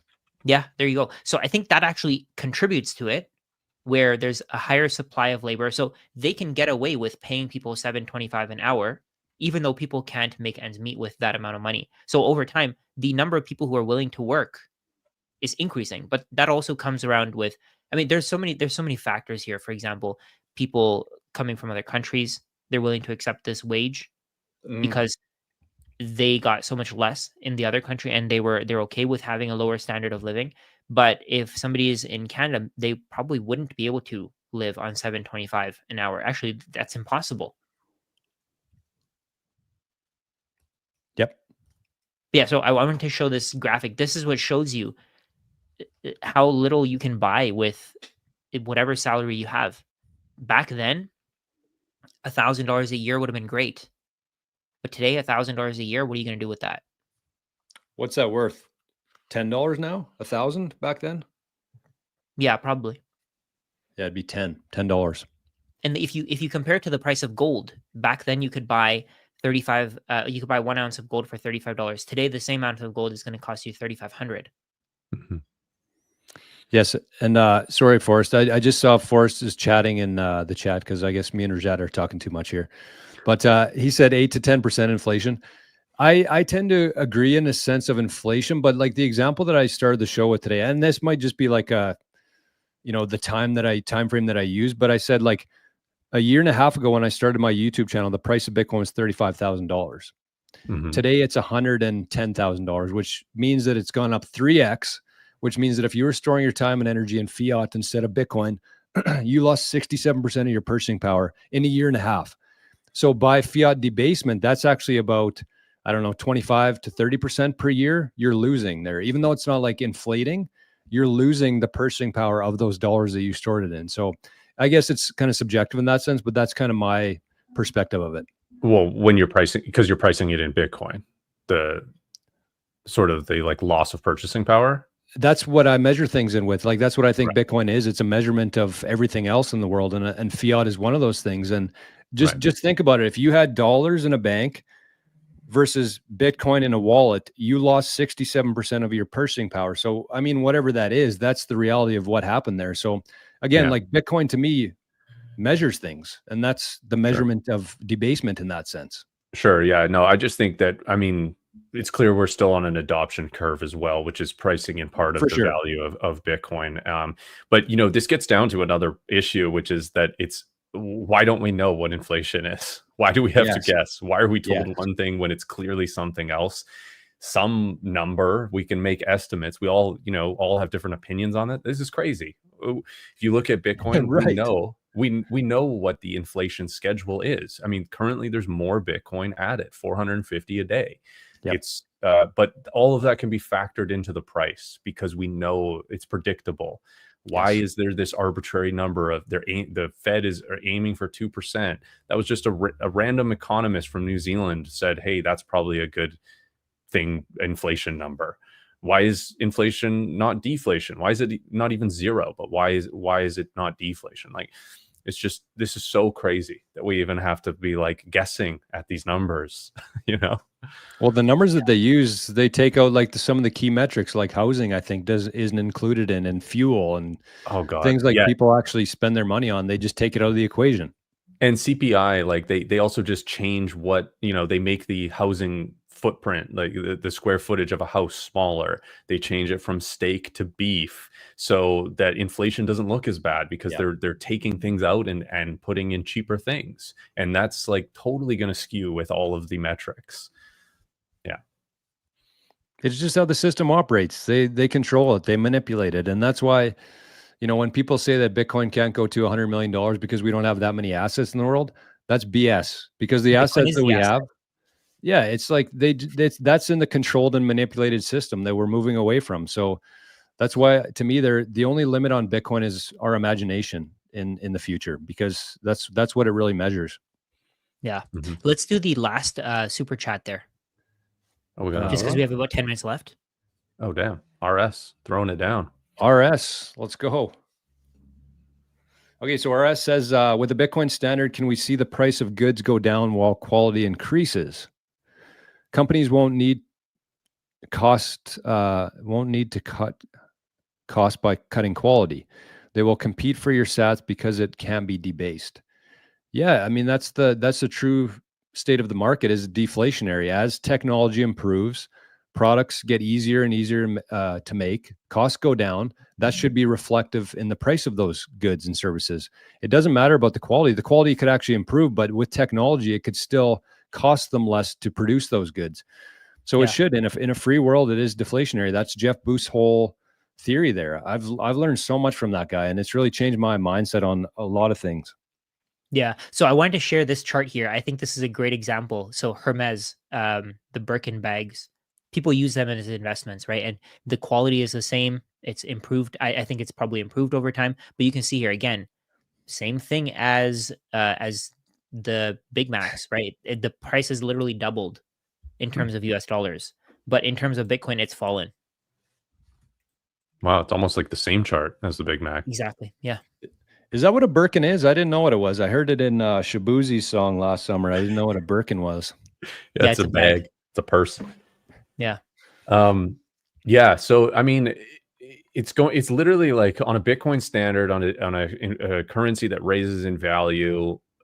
It's the opposite of what we're seeing. Everything's the opposite. So we're seeing quality go down. We're seeing shrinkflation. We're going to see the opposite of that. We're going to see that companies are now able to increase the quality, increase the size, whatever it is, those metrics, and there'll be a competitive advantage for them to do so, because it also, Bitcoin kind of changes your value. Like, you're not willing to spend sats on something at the dollar store that you know is going to break, right? You're going to maybe just wait a little bit longer, then buy something of higher quality instead. So there's going to be all these natural incentives to go back to higher craftsmanship in all fields. I think it's really going to proliferate throughout there. Yeah. So I saw this other chart. I just noticed they have a food price index on here. I don't know anybody whose cost of food has gone up only by 18% since 2010. Not a single person, No. right? I think the actual cost of food has gone up probably 2 times, 3 times, 4 times. But then if you look at something like grass-fed beef, the price of grass-fed beef, that's probably the grass-fed steaks. That's probably like one of the highest end foods that you can buy. And in terms of Bitcoin, it's fallen. Unfortunately, I can't find a chart because this is CPI, but that's something that where quality increases, people get better at producing grass-fed beef. They learn more, they understand it more, and the price is decreasing in terms of Bitcoin. It's because Bitcoin is that hurdle rate. As long as your rate is lower than Bitcoin, then you're not going to increase in price. Yep. Yeah, and we're seeing examples of this in every industry, in every product, everything. Everything just keeps going down in Bitcoin. Like, it's not just over here, yes, over here, no. Everything is being repriced by Bitcoin. And that's why I said, like, people say Bitcoin's the future reserve asset of the world. No, it's the world reserve asset today. And it's repricing everything. If you look at everything through a Bitcoin lens, it makes so much sense. And it falls right in line with the free market, how it's supposed to be, outside of this control and manipulation that we grew up in.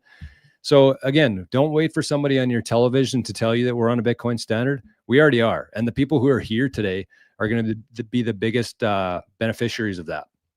We also, yeah, we don't have a free market. So how could we expect any of these numbers to be correct anyway? Because they're all being Yes. manipulated by different types of subsidies or different costs associated with it. It's, yeah, I mean, I think you start going down the rabbit hole of Bitcoin, you start looking into Austrian type ideas of economics, Austrian economic ideas, maybe some libertarian type ideas, and you start to realize, okay, we don't actually have a free market in capitalism. It's totally skewed.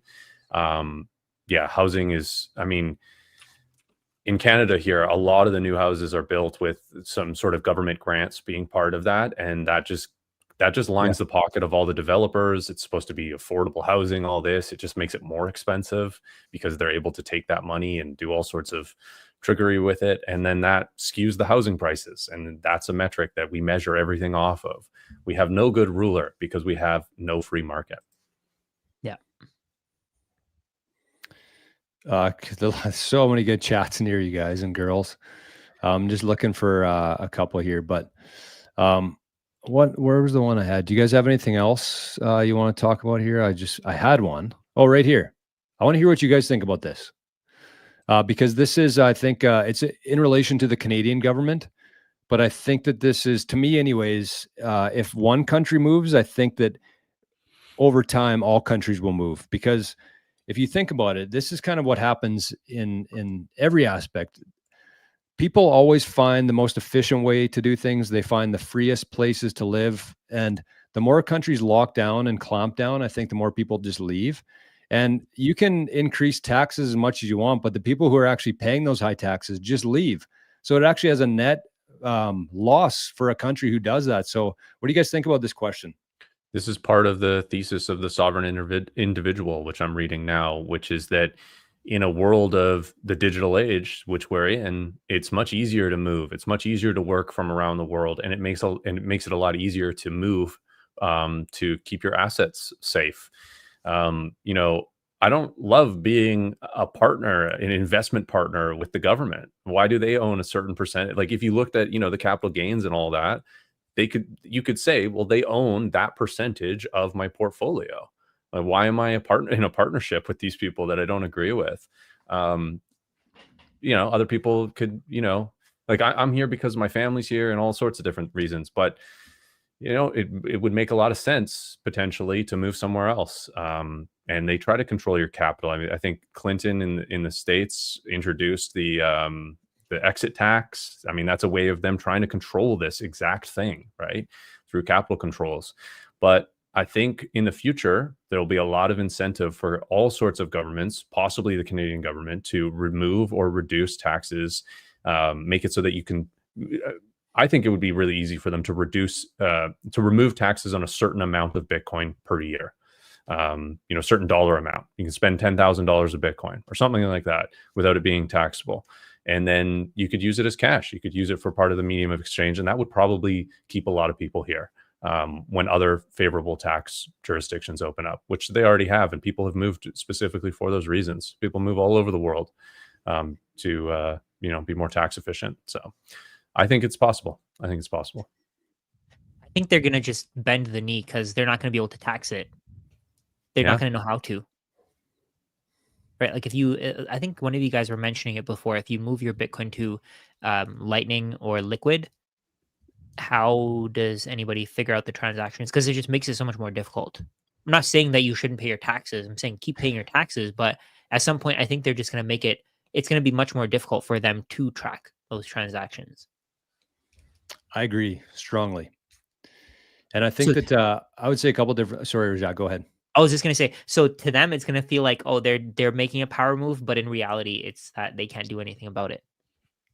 It seems like they're starting to realize that. It's like even in the US, they took away their tax on tips. I don't know the ins and outs of it, but that's a pretty big deal. And yeah. But even with those tips, who's actually tracking what cash somebody's receiving in tips, right? Somebody could just say that, oh, I didn't get any tips. How are they going to prove it? Exactly. And the best part of it is, 90% of your income could be tips. Yeah. Yeah. I only get $1 an hour and the rest is tips. Yeah. They can't argue that. They might try, but there's no logical way for them to argue that. It's just such a subjective thing, what you charge versus what people tip. impossible. I mean, they'll try, but kind of what Forrest was alluding to there is, yes, in Canada right now, things aren't great. I don't plan on leaving. I think that Canada is going to be a superpower at some point in the future just because of our energy here, and energy is going to be such a big part of our future. But in the case of having to leave, if you have Bitcoin in cold storage and you have it secured properly, you can leave Canada and they can't do a damn thing about it. Whereas if you had money in the bank, if you had money in strategy shares, if you had real estate, if you had gold, good luck leaving and taking those assets without paying some sort of tax on it or whatever that may be. Because when you leave the country and you're a different citizen for the year, you actually have to dispose of all your assets at their fair market value, and you have to pay a capital gain tax on all those assets. Whereas with Bitcoin, if you do it properly, you secure it properly, they might know that you have it, but have you spent it? Where is it? Do you still have the keys to it? There's just way more gray areas there, I guess you'd say, in that sense, that it would make it a lot easier if somebody had to escape their country. But the other thing I was going to say is that we're coming to a point now where corporations are realizing that they need Bitcoin. Countries are realizing that they need Bitcoin. Individuals are starting to realize they need Bitcoin. And there's only so much Bitcoin. And so over the next 100 years, there's 5% of the supply that's going to be mined over 100 years, which means that anybody who wants Bitcoin, that's going to have to get it from somebody else. So if you have Bitcoin right now and somebody else is wanting to take that from you, they're either going to run up the price of Bitcoin and tempt you to sell it, or they're going to remove capital gains taxes just so it's easier for people to part with their Bitcoin, because the governments, the corporations, they need to get that Bitcoin. And I think that a couple ways to do that is shooting the price up and taking away capital gains tax so that people actually sell their Bitcoin so they can actually get some Bitcoin. Yep, exactly. That's one way to get people to use it and to possibly acquire it themselves by that. So I got to leave in a couple minutes here, guys. We should also update the chat. I think you guys talked in the private here about continuing, but should we talk in the chat about our future videos and stuff? Yes. I mean, so for me, planned birth with my wife on Monday. So I'm going to be out of commission for a couple weeks, paternity leave. You guys are going to the conference. So I think we might, what are you guys thinking? Live stream wise and things like that. Maybe Jordy, you have some info on that. Yeah, I think we're going to be taking next week off. Unfortunately, I really wanted to start a streak going here, but there's just too much going on. Two of us are in Vegas. Forrest is having a child. Usually, if there's one or even two people who can't make the show, we're going to try to fill the gaps and find some other guests to come on. But in this case, when all three of us are kind of hooped, I think we're just going to have to skip next week. So unfortunately, that's the way she is. But we do have some videos. I think we got 5 or 6 that we're going to be rolling out over the next couple of weeks. So if you're, needing your Maple Bitcoin fix for the week, then you'll still get some good discussions from us, just not live. But and you guys think you'll be back on the live, not next Friday, but the week after probably would be a way to go? Yep, I will be. Okay. All right, sweet. I'll be good to go next week. Well, Forrest is taking off. He's got to go have a child, not today, but in the next couple days. And not me personally. I don't think it works that way. Yeah. Contrary to the keyboard on Apple, Forrest cannot get pregnant. But so anyways, Forrest, we just want to say thanks for everything always. And we want to wish you and your wife the best in the adventure ahead. And we can't wait for you to join us on the next episode here. Appreciate it. Thanks, guys. Later, Forrest. Okay. See ya. See ya, Forrest. Okay, so Rajat and I are going to stick around and have a little fun, I guess. Yes. Let's answer more questions. Okay, so you got about, I don't know, we'll call it half an hour. I didn't, I wanted to mention this at the start of the show today, but I almost didn't make the show because last night on my way home from golf, I ran into a deer. Oh, damn. So, oh, that's bad. I had to hobble this car to my grandma's, was as far as I could go. And then I stayed the night at my grandma's and almost didn't make it because I had to get a ride out to my house. So that's what my last 24 hours have been like. How did you feel when that happened? Is everything okay? Yeah, like I wasn't hurt. I was kind of in shock. That's what mostly was. So I think I'm still kind of running off of the adrenaline of it. So Oh I might man. have like a stiff neck or something in the next couple of weeks, but nothing like the airbags didn't even go off, but the whole Oh front really? side, Okay. like the car wouldn't start this morning. So there's Would something, insurance cover this? yep. Oh, they would. Okay, okay. Okay. Oh wow, that's crazy. So Yeah, yeah, glad I you're mean, okay, man. it was a freak thing. I was kind of driving and I saw one deer cross and I was looking at that and then one came from the left side and just right into the hood and over top of the car. Wow. So it's pretty scary, but I mean that's part of living in Canada and living out here is it's you got to watch out for that kind of stuff. So unfortunate, but glad that nothing was seriously wrong with me. Car's okay. Car's just a Yeah. car. Yeah, that's the key. As long as you're okay, the car can be replaced, right? Yeah. So yeah, and better than a moose or a bear. That might have been a different ending for me. Yeah. Wow. So anyways, let's we'll stick around for another half an hour. I would say we'll try to keep it under 2 hours. Yeah. But if you guys have any questions, any topics or discussions you want to have, just throw them in the chat there and we can we'll have at her. So there's this other question. Sats will always be available. Actually, this is a really great question. Sats will always be available even if Bitcoin is at $10 million. What are your thoughts on that? So that was kind of where I went with the Sailor thing and where I maybe wanted to get to is like I think that Sailor's theory there in terms of spending dollars instead of Bitcoin makes sense if you can no longer exchange dollars for Bitcoin, because that was kind of my theory that instead of spending dollars on the item, just use those dollars to buy Bitcoin and spend your Bitcoin. But that won't always be available. We're not always going to be able to exchange fiat for Bitcoin. It's just the reality of things because fiat is really worthless and it's going to take some time for the world to figure that out. But businesses, individuals, nobody's going to want fiat because it's not going to buy you anything. Nobody's going to want to accept that. So Yeah. I think for now, that's, it makes sense to spend Bitcoin and, but even at that point, let's say that you can no longer exchange dollars for Bitcoin. At that point, that means that the majority of businesses will be accepting only Bitcoin, right? I think we're going to move through this phase of like a lot of businesses accepting Bitcoin as like a cool thing, but then we're going to move to businesses only accepting Bitcoin. And that's, I think, when we're going to see mainstream adoption. That's when I think that people are going to be forced into buying Bitcoin. Right now, it's voluntary. You can take advantage of this superpower if you want to. But at that point, if people want to buy things at certain businesses, they're actually going to have to convert their whatever they have into Bitcoin and pay for it that way. So that's kind of how I see in the next couple. I think it's going to actually come sooner than a lot of people think as well. What do When you do you think? think that's going to happen? How long do you think it's going to take? It's really tough to say. It's impossible to give timelines, I think, but I do think it's going to surprise people how fast it's going to happen because, we're not even at the steep part of this S curve yet, and that's coming, and that's kind of when I think it is going to happen, and that's when fiat all around the world loses all of its value. Everybody's flooding into Bitcoin. There's only so much Bitcoin. That's going to be a very scary thing for a lot of people, and a lot of very exciting times for people who are holding Bitcoin at that time. Pretty much irregardless of how much you have when that happens, you're Yeah. going to be very wealthy. Yeah, I agree. I agree. If you can just wait it out, right? That's the key. I think if you can get to okay, so the way that I see it, I think eventually zero point 0.1 Bitcoin is going to make you financially free. And then I think eventually 1 Bitcoin will make you financially free, then 0.1, then 0.01. At some point, people are going to be like I said, I think I said this before with the Big Mac. So the Big Mac is 5,000 sats today. At some point, you're going to be earning 5,000 sats for a month of your salary. Yeah. So what will a Big Mac cost at that point if you take the percentage of what it is today, like Yeah. one sat? Yeah. And then at that point, if you have 1,000,000 sats, what's that worth?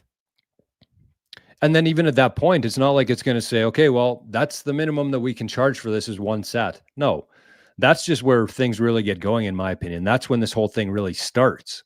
Yeah. And then you go into, I saw a comment here about millisats. And oh, that's not the right one. There was one. Yeah, I But saw it anyway, too. It was just a little high, oh, right right? here. Yeah, there you go. Yeah. So somebody asked about millisats or microsats, whatever you want to call them. And so I think it's important to know for people that there is actually no Bitcoin. Like that's just 10 million Satoshis. Satoshis are the only thing that exist on the Bitcoin network. It's just Satoshis. And so there's no microsats, there's no Bitcoin. It's just Satoshis. So I don't think that microsats will ever exist on chain, but we're already seeing microsats in the form of Lightning.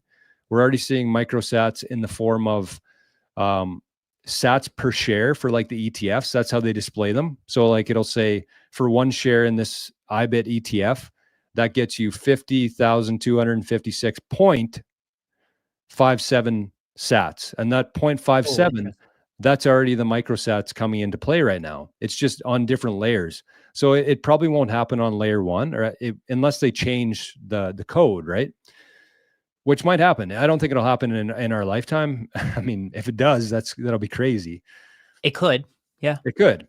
But I mean, think about it. I think it could, because if fewer and fewer people, because more and more people are figuring out that US dollars are not giving you the value that you deserve. So at some point, let's say all these oil producing countries. So right now they could produce that oil and they could sell it to the Bitcoin network, right? So they could get Bitcoin in exchange for that oil. What incentive? So they can let's think of it this way: they sell that Bitcoin to the so they sell that oil to the Bitcoin network, and then they can exchange their Bitcoin for US dollars pretty easily. Would you say that would be simple? Yeah, I guess depends on the quantity of it, but for the Right. most part, it's still pretty easy to do at this stage. Yes. Right. So at some point, so right now they can sell their Bitcoin for US dollars. At some point, why would what incentive would they have to sell their oil for US dollars? There's going to be a point when that happens, right? Today, we saw the price of Big Macs in terms of Bitcoin. We saw the price of Birkin bags in terms of Bitcoin. The price of oil is doing exactly the same thing. I think the price of oil is actually worse because it's been pretty consistent over the last 15, 20 years. So if if fewer and fewer dollars are being offered, or fewer and fewer satoshis are being offered for oil, and they know that the US dollar is being devalued, then why would they want dollars? And I think that can change everything. So if they say they don't want oil, if that they don't want US dollars, then who else in that chain is going to only accept Bitcoin because they can't pay for the things that they need for in terms of US dollars? It's a chain reaction, and I think that Yeah. that chain reaction has already begun. Like Yeah. if you look at what was it, the bond auction this week, where the U.S. had their bond auction and literally nobody showed up to buy U.S. Treasuries. I think that happened, but I think it was just one out of many Yeah, in the like this has past. been happening for the last couple of years. Where Have they oh been yeah, failing for a while? Wow. yeah, and so what they did is because nobody else wanted to buy their bonds, is they just printed money and bought bonds themselves. Like that's the system that we're moving away from, and that's why I have so much hope for Bitcoin. Like big picture wise, is because that system is so messed up. It's so it's done. Like none of it makes any sense. Once you actually understand what's going on there, there's not a single component of that system that makes any sort of sense. The only Yeah. the only reason I think that it's still around today is because number one, they own all the schools. They were able to educate people and pretty much put blinders on every single person who goes through the public school system so they wouldn't learn about money. So they could keep this whole thing in the dark. And I think that that's part of it. But the other part of too is that most people just haven't taken the time to learn about Bitcoin, learn about economics, learn about value, learn about all these different things and how applicable they are in this current environment, and why Bitcoin's not a want or like an investment. It's something that you absolutely need if you want to maintain anything that you worked for in your life so far. Yeah. And I think we actually added more value to the other questions. Sats will always be available because at some point people will still be, I mean, even Bitcoiners, they're going to need to eat, right? They're going to need to buy shelter. They're going to need to buy clothes. They're going to need to buy cars. For example, your car, let's say it's a write off, you still need to buy another car, right? Yep. And in that time, let's say, for example, whatever insurance payment you get, maybe that's not enough to buy another car because the price of cars is going up in terms of dollars, Yeah. right? So you may have to sell some of your Bitcoin. Technically, just surviving, you're technically spending Bitcoin, Yep. That's what I right? mean. That was kind of my point during the episode today is like anytime you need to buy something, you're just sending value that you've earned so far. You're Yeah, sending value, whatever form that's in, you have to spend money for your needs. I think the wants and needs are really highlighted as a Bitcoiner because instead of buying that case of beer, instead of going out and paying $150 for a meal, I might just get a $20 stake and put the $130 into Bitcoin instead, because Yeah. that's my lens now. So it doesn't really matter. It's just, it doesn't matter how you pay for something. It's what you're paying for, I think, that really changes. Yeah. Yeah, exactly. Jay said, oh, what happened here? Jay said, is Millisat adding to the Bitcoin supply? No, it's not. It's just It's splitting it just, further. it's splitting it further. Yeah. Picture a pizza, and sats would be in pieces of that pizza. Millisats would make those slices even smaller. The pizza doesn't grow. It just makes the slices smaller. And we probably won't get to that point where it's like a mainstream thing. It's already around right now. As I mentioned, it's being used on Lightning. It's being used on the ETFs. But we won't get to that point until sats are more valuable, where, one sat, it'd be like a gold ounce right now, walking into a grocery store with a gold ounce, which is worth $3,000, and you have to shave some of that off. That would be like moving from a sat standard to a millisat standard, because that sat just buys way too much at that point that you can't really put everything together. You know what I mean? Like that's kind of how I see it. It doesn't grow the supply though. Yeah, completely agree. Over time, we're going to be able to afford fewer and fewer Bitcoin, and eventually the price of things is going to decrease. So let's say today something might cost $500, and Bitcoin is at $100,000. But at some point, the price of that thing is going to go so low in terms of Bitcoin that you're going to have to give smaller and smaller amounts of Bitcoin in order to buy it, right? Because Yep. everything else is more abundant as the number of things. So I think one thing that people need to understand is that the price of Bitcoin increases as the number of things that you can buy with Bitcoin increases. So if more merchants are willing to accept Bitcoin, then the price of Bitcoin increases, because you can technically trade your Bitcoin for more things. So Yep. the market of things that are available to be bought for Bitcoin increases. And I think that's the key here. If the market of things that can be bought with Bitcoin is basically unlimited, then the price of Bitcoin becomes infinity. If you can buy everything for Bitcoin, then the price of Bitcoin is everything. The Bitcoin network is worth everything. I think that's a way that I look at it, and I think that makes sense. No, it is. And as you're kind of in the real estate world a little bit on Twitter, anyways. I think a lot of real estate investors dislike you, but anyways, that's aside the point. Here's how I kind of look at it: is like, if you think about all the real estate people like talking about doors, right? Like, how many doors do you own as part of your portfolio? Yeah. How many doors are in the world right now? Like 2 billion doors, maybe. Some of them are worth more in different areas. Some of them are worth less. But Yeah. if you take that 2 billion doors divided by 21 million, that gives you a real representation of how much houses are actually worth in sats. It doesn't matter where we are today. If we measure everything in sats, and that's the measurement of the world, if that's the yardstick, then that 2 billion doors divided by 21 million, I think it comes out to be about 400,000 sats per door. And right now it's like 4 Bitcoin per door. So that's the lag here, is that people still have too much faith in that old system. People haven't taken the time to understand what Bitcoin is. So therefore they haven't added to the total demand of Bitcoin. And as the demand grows, as there's more and more people fighting over those scarce units called Satoshis, that's when it goes up and up and up in terms of fiat price. But that doesn't change. 2 billion dollars divided by 21 million does not change. It's still that amount in Bitcoin. I just did the quick calculation. It's 1,050,000 sats per door. Per door? And right now, let me see what the average price of a house is in the world. Of a house, global.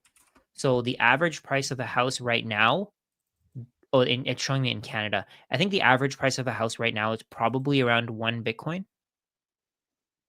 No, it'd be higher than that. 1 Higher than that, Bitcoin? you think? Oh, in the 1 world. Bitcoin? In the world, in the entire world, because you have countries that have cheaper houses, Yeah, right? probably. So if I, I'd it's I'd say it's more, but yeah, more, conservatively, that's good.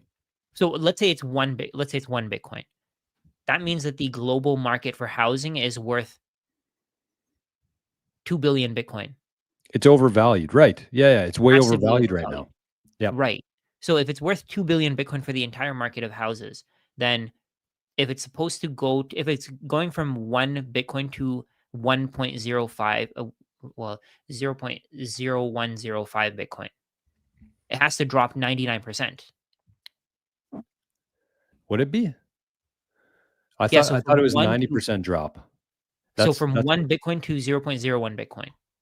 that's how much it is for one house right now is 0.01 Bitcoin, 1 million sats. Right now it's one, let's say 1 Bitcoin, 100 million sats. Yeah, And then if you divide 21 million Bitcoin by 2 the billion houses. houses, it's Yeah. 0.01 Bitcoin per house, Oh, okay. right? I So was it's a thinking point 1, 99% but yeah, off. you're right then. 99% overvalued. Yeah. And the Or no, crazy no, thing about that is that not that's 99% overvalued. It's 100 times overvalued. So that's 99,000% or 9,900% or something. right. 10,000% overvalued. Holy. Plus, the crazy thing about this is that's in a world where only houses have value. Yes. That doesn't take into consideration land or Yeah. labor or vehicles or golf courses or commercial buildings, anything like that. That's nuts. Yeah. So 99% if only houses had value. And No, then if you 99 have an times. yeah. And I if you had sorry, go ahead. I no, I was just gonna say, like, I thought 99% too, but you corrected me there. It's 99 times overvalued. 99 times. Yeah. So they're overvalued by 100x, 10,000%. That's crazy. So It that's the amount that you could lose. That's the amount that you stand to gain if you buy Bitcoin instead of buying a house, right? Even if you buy, let's say you put your down payment into Bitcoin instead of buying that house. So today, let's say your down payment buys you 20% of a house. That 20% may buy you a whole Bitcoin. So in the future, just that down payment may buy you 100 houses. Yep. More than that, because that's only considering houses. That's only considering houses. Yeah. Wow. Wow, that's crazy. Sometimes I feel like I get way too bullish. I'm honestly not surprised that the CFA Institute investigated me. I think it's just too much right at this point. Like, but it's the truth, right? The average person Yeah. can't wrap their heads around it. How do you conceptualize paying 0.01 Bitcoin for a house? How do you conceptualize that when you think that Bitcoin is nothing? Yeah. And I think we should maybe caveat this because in that sense, like Bitcoin is significantly undervalued right now. Everything else is extremely overvalued. But as Jeff Booth says, I think it's important to note this, that this only works, this whole thing only works, the measurement, the technology, the network, if it stays decentralized and secure, right? Because Yeah. if it becomes captured, that loses all its value. But If how it would it become captured? I don't think it can. Well, I mean, the internet got captured after 30 years. Like I would say that the internet was an open protocol at one point, and now it's been captured by the Googles and things like that. It's a little bit different with Bitcoin because of the proof of work aspect of it, where you can't print money and buy out other companies to essentially control the network that way. But yeah, I mean, it is difficult, and that's obviously why I'm so excited about it, is because I don't think that it could be, but also I'm not going to sit here and claim that I can foresee every event in the future and what that looks like. So I think it's just important to note that point of it. But if you assume that it is going to stay decentralized and secure, then this argument is very objective in that sense. Yeah. Yeah. Like this, It's go ahead. it's not me and you sitting here saying like this is just a big crazy dream. Like this is the reality. This is objective math looking at it this way. And nobody Yeah. really does that because it does seem so far-fetched. It seems like so, crazy and delusional to think that way, but when you actually stop and look at the numbers of it, it is objective and it is going to happen again, assuming it stays decentralized and secure. Yeah. Let's take a look at James's comment there.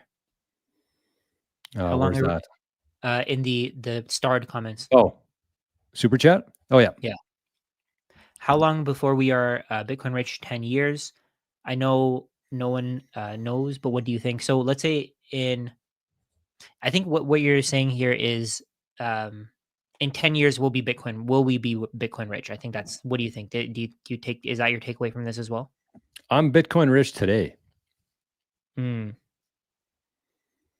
So I mean, what he's asking, I get what you're saying, but I think what he's asking is, in Yeah. 10 years, will you have enough Bitcoin to just sustain your lifestyle? Of course, that depends on how much Bitcoin you have. Yeah. It depends on what your expenses are. Eventually, it will happen. but nobody knows how long that'll take. That's really the hard part to guess. So in this case, let's say you have one Bitcoin. Actually, let's take a look at the math. Maybe this will be a great explanation here. Nice. Let me open my window here. Here you go. Okay, so I'm sharing my screen. Okay, so let's say you have one Bitcoin, and you buy $0 worth every single month. You don't buy any at all. Your expenses start out at, let's say you start out at $5,000 a month for your expenses. So you're paying $60,000 annually for your expenses, and your expenses rise at 4% per year. So today, if you have one Bitcoin, the Bitcoin will be worth today it's worth 100, let's say 108,000. So today the Bitcoin will be worth 108,000. I got to change this. 108,000. So today it'll be worth 108,000 in your portfolio. Eventually it'll be worth way more. So if Bitcoin rises, this is very conservative too. What would you What's your think? rate here? 20%. 20. Wow.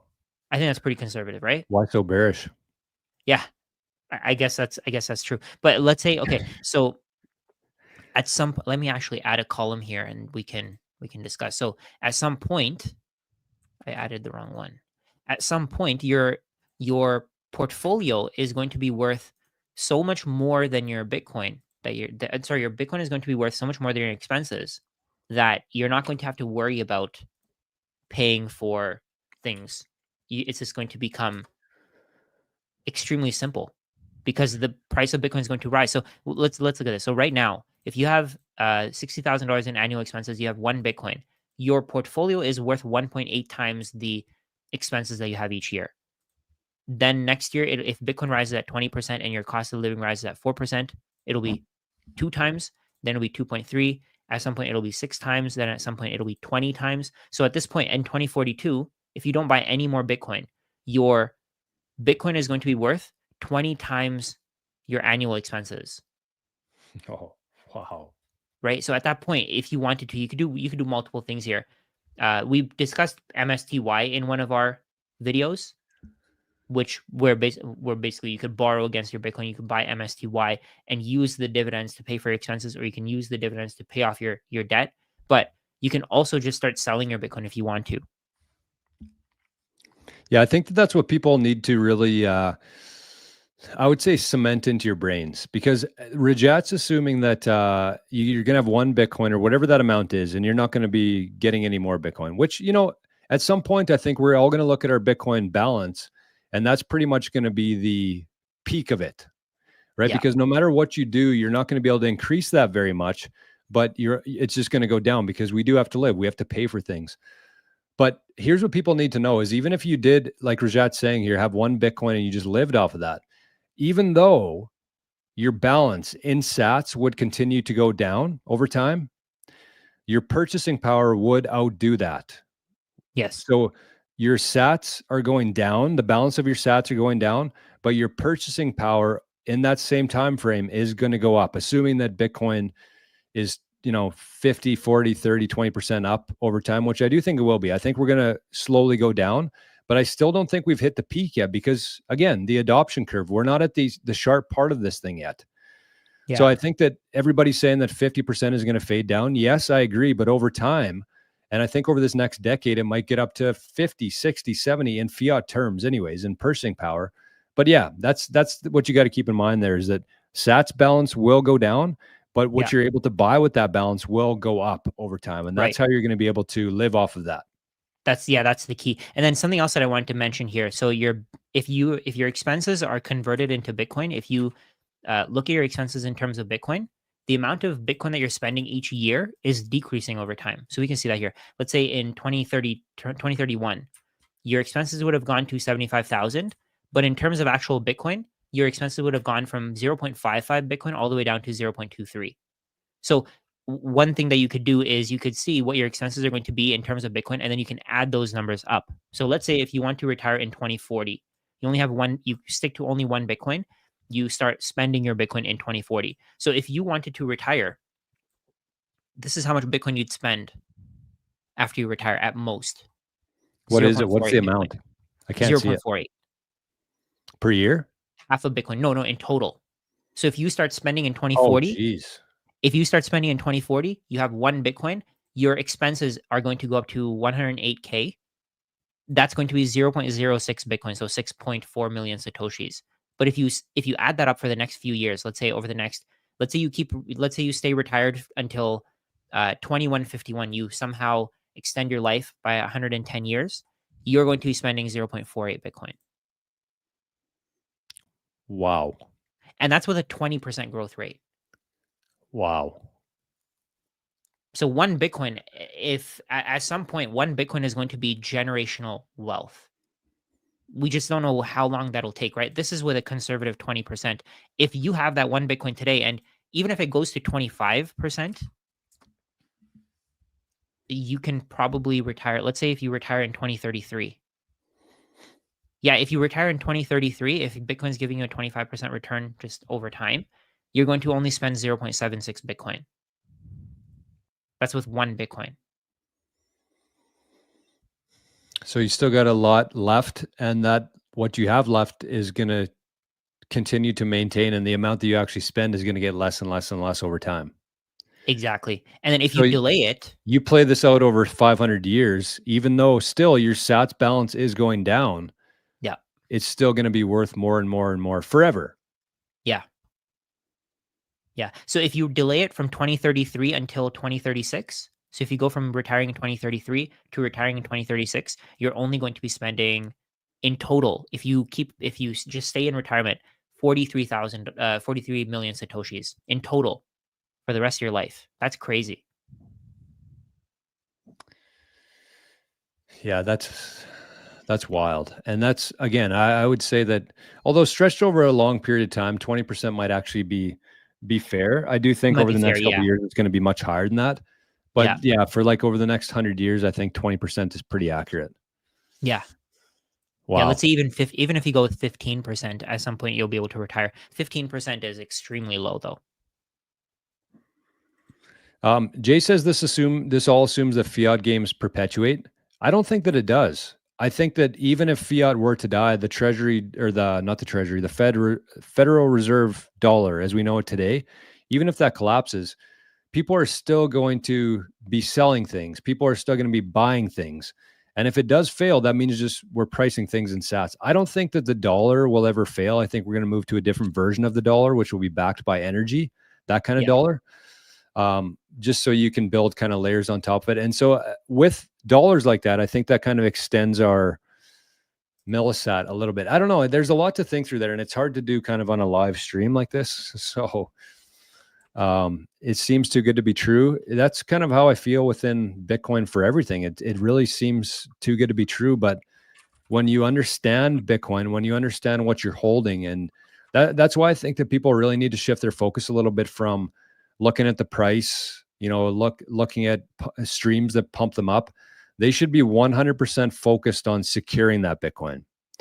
Because the longer you can hold on to that Bitcoin, that's what really matters. If you got a Bitcoin today, but you aren't doing anything to secure it, if you have it on exchange, if you have it on a ledger, single sig, in 20 years from now, that's going to be gone. And it doesn't matter how much you have today. So who cares what the price is? Who cares what this guy's saying or that guy's saying? You need to make sure that you have that Bitcoin in 20 years and 200 years. And today is the time you need to be thinking about that kind of stuff. Yeah, at some point you're going to have so much Bitcoin, you're going to reach escape velocity, and the value of your Bitcoin is going to be so high that there's no way for you to not have enough money to pay for your expenses. Because there's going to be over time. Okay, so we keep thinking that at some point people are going to dump their Bitcoin. We keep thinking that at some point Bitcoin's price is going to drop, but I don't know if that's going to happen. I think it's going to keep growing like that. It's just there's going to be a point where you have even people who have 1 million Satoshis. At a point, you're not going to be able to spend 1 million Satoshis. That's probably for the people who, right now, maybe who are, I'd say Gen Z, Gen Alpha. They would probably be able to retire with 1 million Satoshis. Like for my niece and nephew, I think that they should have at least 1 million Satoshis. They were just born recently, right? So if they have 1 million Satoshis, by the time they're 18, that 1 million Satoshis is going to be worth a lot of money. Yep. It's very similar to having $1 billion today. It's really Yeah. hard to lose and spend $1 billion. Like, I don't think people conceptualize. I wanted to do a spreadsheet on one of my shows of like have $1 million and what that looks like in one cell on Excel, but then times that by 1,000 and just keep scrolling and show how many millions that actually is to make 1 billion. It's very hard to spend 1 billion. I think it's going to be very hard to spend 1 million sats in the future. And that was kind of Yeah. my theory. I posted a video saying that it's going to be more rare to have one Bitcoin than $1 billion in the future, because people, let's say you have $900 million today in assets. As they continue printing money, the value of that's going to go from 900 million to 950 million to $1 billion. And there's going to be more and more people at that kind of level right now who will reach billionaire status. That number is going to go up. But the number of people who have one Bitcoin, whether they don't protect it properly, whether they start spending it on things because they had it for a while, the number of people with one whole coin is going to continue to go down forever. So billionaires are going up forever because of the money printer, and whole coiners are going to go down forever. And at one point, they will diverge, and that's when it'll be more rare to have one Bitcoin than $1 billion. Yeah. And then because it has a finite supply, you're always going to run out, right? And no matter what price it is, if you have a million satoshis today it's going to cost you what, or $1,100 to buy a million satoshis. Yep. Eventually, people who are willing to sell a million satoshis for $1,100 are going to run out. They're not going to be willing to give you a million satoshis for $1,100. At one point when I was making videos on when I made I have this Bitcoin for beginners webinar that I made maybe 2 years ago. At that point, no, actually not even 2 years ago, maybe a year and a half ago. At that point, you could buy 0.01 Bitcoin for $360, Yeah. and today it's going to cost you 1,100. Yeah. And we're talking in years here. Plays out decades. Yeah, Like in the last year and a half, Bitcoin price in fiat has tripled. And like we alluded to, it's a combination of the government's printing money and devaluing their currency, mixed with more people figuring this out. yeah, That's what's driving this. And you think about a year and a half or 2 years or however long that was for you, but like play this out over a decade and then 2 decades and see what everything looks like. yeah. I hope these videos never get taken down, because I feel like these are going to age pretty well. Oh People yeah, on the internet, definitely. we see comments every day. You guys are idiots. You guys are bozos, dipshits, whatever you want to say. But like, I love these kind of videos because we're going to look back in a couple of years and we might even be on the low end of things. Like that's how this Yeah. thing could play out. Yeah, look, with the numbers that I was playing out there, that's with a 20% return.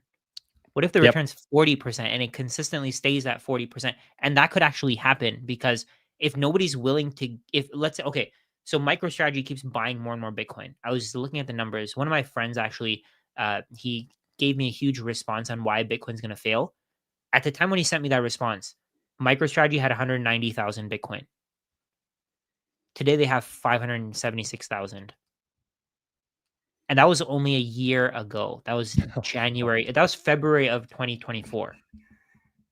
Yeah, I mean, like even with that, like just take a step back from all the crazy things we're saying right now. Like just look at it this way. That Sailor, if you look at his chart of buying, when did it accelerate? It accelerated in November 2024. Yes. That's when there was a new administration in the US. Sailor spoke about this numerous times. It really helps when you have the government not on your team, but not trying to kill you. That helps. That makes things a lot easier in your life. And you have that. So Sailor just ramped up his purchases as soon as there was a new administration friendly to Bitcoin. But the other guy, Howard Lutnick, he's Trump's Secretary of Commerce or something like that. His company, Cantor Fitzgerald, $1 billion firm, they have half of their fund in strategy. Wow. I think it's 49% of their fund they're holding in strategy. Do you guys think that they might know something that's coming here? Like, just take a very logical look at this whole thing that's playing out right now. Do you think that and this isn't Howard's personal money, this is his client's money. He would not be doing this. He would not be taking that size of a bet if he didn't know what was coming here. Yeah. Completely agree. It's so true. If he didn't know, and think about it, he's like an insider. Oh, 100%. He knows where things are going. 100%. He's in Trump's office every day. How you can't get inside of that. Yeah. Yeah. It's So I don't know. It just goes back to the fact that I understand that most people, the average person, just doesn't have time. And the reason they don't have time is because fiat is stealing their time. They're having to work harder, get less, more stressed, relationships ruined, crime up, food shittier. The list goes on and on. I get yeah. it. But like at some point, there's got to be something that happens where people are like, okay, I should maybe spend just a little bit of time learning about Bitcoin. Maybe I should take whatever I have here and buy a little Bitcoin because this thing is not going away. It's not. Yeah, you have no reason to ignore it anymore. Zero. Even before the ETFs, like yes, there was a little bit of risk there, and that's the conversation that I think of. And I apologize for people. I mean, the number of people watching is actually going up. We're 2 hours into this. I'm kind of looking at the screen here, Yeah. so we'll keep going here a little bit. But where was I going with that? Oh, financial advisors. ETFs. You're talking Th- about the ETFs, the risk before it? yeah, and it's like for financial advisors, at what point does them continuing to ignore Bitcoin become like a liability for them? Yeah. Because it's literally their job to make the best decisions on behalf of their clients, and they're not doing it. They're not putting in the time to understand Bitcoin, and there's going to be a lot of people very unhappy with that. I don't know what the end is there for them, whether they get sued for malfeasance or what is it, negligence. Yeah, something like that. Like they have a fiduciary duty to look after their clients' wealth, and they're not doing it. Like you objectively look at Bitcoin over the last 10 years, I think it's been the best performing asset by a long margin, average wise, but also I think 8 out of 10 years. Like, how can you look at that plus everything that's happening today and still tell your clients that you should stay away from Bitcoin because it seems like a scam? How? Like, how are people getting away with that still today? Like, what do you think? You're a CFA. Like, do you talk to people? Like, what are they doing? People aren't interested. That's the thing. I have a friend. I mentioned this before. I have a friend who, he actually made a bet with me that Bitcoin is going to below. It's going below $1,000, and this was when FTX had collapsed. So at the time, obviously, Bitcoin was at 15,700, 15,600, whatever. And he made the bet at the very bottom. And I keep telling him, "Hey, you can cancel out on the bet. I'm giving you an out." And he says no. It is going to zero. He strongly believes it. That's an ego thing, though. That's it. And I told him that. I was like, "Hey, your ego is just way too big." And he's like, "No, that's not my ego. That's just reality." No, the reality is that the price of this thing is going up. It's it's been going up. It's up since we made that bet. It's up almost 100K, and he's still not getting it. I don't know what the answer is either. I spend a lot of my time and energy thinking about this kind of stuff, but at some point you just have to say, you know what? I did all that I could. I've spent more than enough energy. And I think we're kind of taking the right approach to this. Like we're talking to people who actually want to learn about it, right? Like we've been on here for 2 hours and 7 minutes here. We're not being paid by anybody. We don't have any sponsors on the show. I mean, we have some very generous donors. There's no doubt about that. But at the same time, we didn't know those were going to be here, right? Like we didn't show up knowing that those sats were going to come our way, but we're doing everything we can to try to help people who want to be helped. I think that's the key. And I think that the deeper you get into Bitcoin, the more you understand it. Just focus 100% of your time, not 98, not 99, but focus 100% of your time on people who actually want to listen. Because the people who don't want to listen, like Rajat's friend there, you're just wasting your time. And that's a sin to me. Yeah. I actually have so I have a community where I post about Bitcoin regularly. We talk about it. We have live sessions. You have your own as well. You have your Patreon. So if anybody wants to join those, we have more content on that. But my point here is that even the people in those communities, they're seeing their wealth just completely change. They're seeing their Yes. lives change. Like there are people on there who started buying Bitcoin back when it was 15K, 16K. They're seeing their lives completely change. I've had people who have been following me since back then. When I started posting about Bitcoin, I think it was about 30,000 or so when I started posting about it. Their lives are changing. They're putting significant amount of money. I think significant amounts of money into Bitcoin, and they're seeing their wealth increase when at some point that wasn't even something they'd imagined. And you're probably seeing exactly the same thing from people in your community, right? We're both seeing that. We're helping the people who are actually willing to listen, but then the people who aren't willing to listen, they're not taking action. And so when I started posting about Bitcoin on Instagram, I had about 110,000 subscribers or followers. And as soon as I On started posting about Instagram? Instagram, yeah. So as soon as I started posting about Bitcoin, 15,000 followers unsubscribed or unfollowed. People don't want to be saved. Yeah, they don't want to, because they just think that they just think that this is a scam because they don't understand it and they haven't put in the time to understand it. And then the people who they do trust think that it's, for example, who doesn't trust Warren Buffett? He's an old guy. He's been one of the best investors in the world. And he's saying that's rat poison. So they're just thinking, yeah, what if I just listen to this guy? He has experience. He knows this, he knows that, but he doesn't understand digital money. His entire life hasn't been on the internet. For example, we spend how much of your time do you spend on the internet every day? Too Probably a much. significant amount, right? So you understand the value of storing value digitally. Right. How would he understand it? He's benefited from the current system, so why would he want to have people go on the Bitcoin standard? He wants people to continue buying his bags. If people stop buying the stocks, so he has what, $300 billion worth of US dollars at Berkshire. If people suddenly stop expecting, if people suddenly stop accepting US dollars, his entire life's work goes to zero. So he has a benefit. He has an incentive to get you to not trust Bitcoin. So think of it that way. That's his benefit. He likes that you're not trusting Bitcoin. He likes that you don't understand Bitcoin. You have to think of it from the perspective of the banks as well. They can charge you fees for keeping your money in the bank. They want those fees. They don't want you to go to Bitcoin because Bitcoin is a way better system. So when you think of it from that perspective, people will keep talking shit to us. They'll keep telling us that we don't know what we're talking about. We're idiots. We're stupid. We're this. We're that. We're dipshits, like you said before. That's exactly what's happening, right? But those people who are saying that, they're losing out.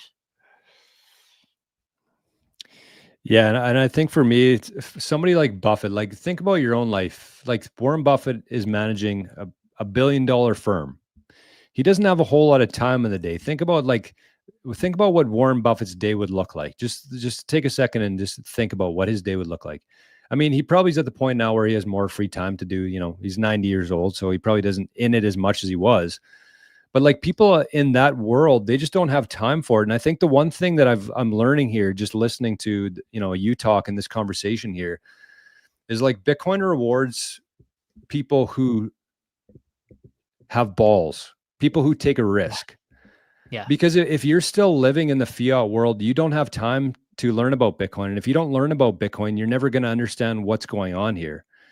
And you can't do two things at once. You either understand what's happening here and you just go all in on Bitcoin. You don't have to quit your job. That's a little extreme, but like, that's what Bitcoin rewards. It rewards people who are adding value and continuing to learn instead of just be complacent with the system that is clearly broken. There's no hope to fix it. And the longer you stay in that system, the more that you're going to lose. Whereas Bitcoin rewards people who have a set of balls. And I know there's a lot of women out there who are Bitcoiners. There's probably some in the chat today. But like, that's not what I mean here. It's like, you have to have some stones. You have to take that risk, and Bitcoin rewards you for that. Yeah. Yeah. If you don't, there's this really great quote from a rap song. I'm sure people can probably relate to it. Scared money don't make no money. And that's absolutely true. If you're scared, so I was thinking of a concept. You either risk your money or your life. People are they're way too okay with risking their life. They don't want to give their money away to put into assets. They don't want to buy stocks. They don't want to buy real estate. They don't want to buy Bitcoin. So they're literally risking their lives.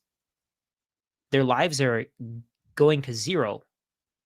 Their lives are trending to zero in terms of Bitcoin because they're not willing to take the risk. So either you risk these pieces of paper that you can get for your for your labor. You can monetize your labor. You can buy pieces of paper with it, and you can risk those pieces of paper and they can be printed out of nothing. But people are scared to risk those pieces of paper. So what they're doing is they're storing those pieces of paper, and their wealth is being extracted from them by the wealthy. And that's just it's heartbreaking. It is. It really is. And I think that, some Bitcoiners might get into this thing for the number go up, but I haven't really noticed that myself. And as I was kind of going through my own Bitcoin journey, that's the one thing that really stood out and what made me kind of lean towards more of the Bitcoin side of things. I see Bitcoin just like politics, where there's left and there's right, there's red and there's blue, there's Bitcoin and there's crypto. I lean obviously much further to Bitcoin, but the reason I do now is because I could sense from Bitcoiners is they didn't want just their dollar, their bank account to go up. They wanted the world to change. They're tired of the system that we came from, and they want to do something about that. And it's easy for me to sit here and say that as somebody who talks about that, but that's the people that I respected. That's the people that I wanted to become.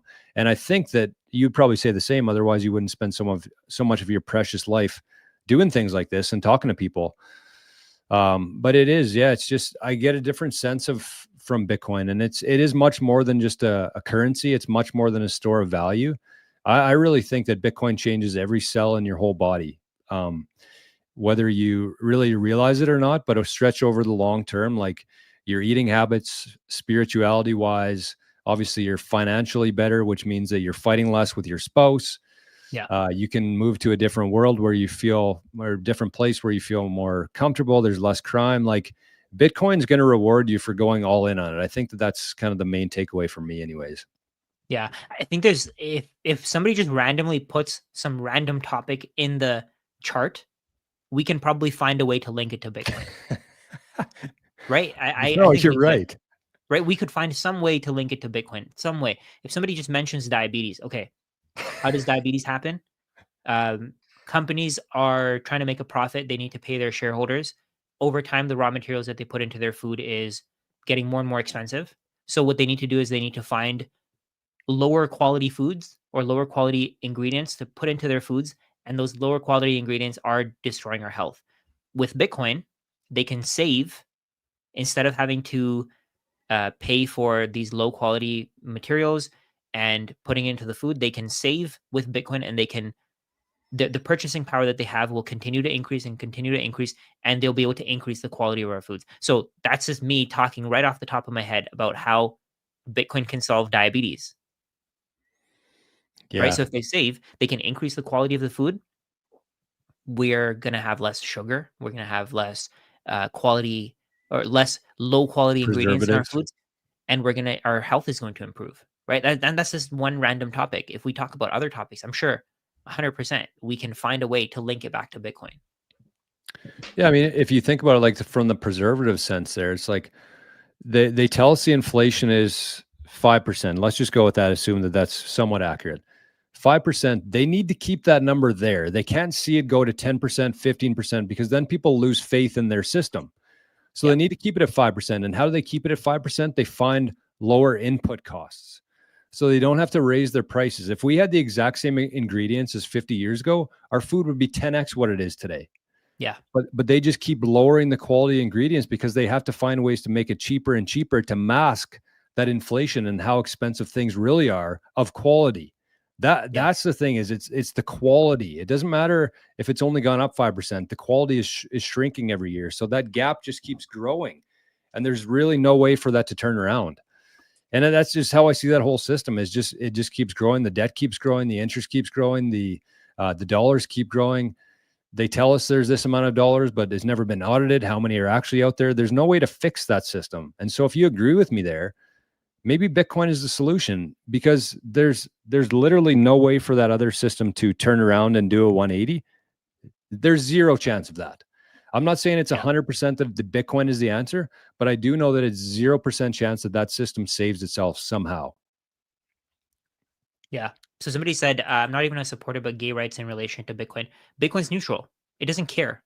It doesn't matter. It doesn't matter if you're gay, who you like, who you care about. It doesn't matter. Oh, regardless of what happens, Bitcoin will be a way for you to store value. Yeah. And the thing I was going to say there is that I think if you took a poll, I think that there would be a very, very, very low amount of people who actually are against gay rights. I think that our governments make that like a big thing. It's like, I remember watching a Minnesota Twins game one time, and there was a big ad in the outfield.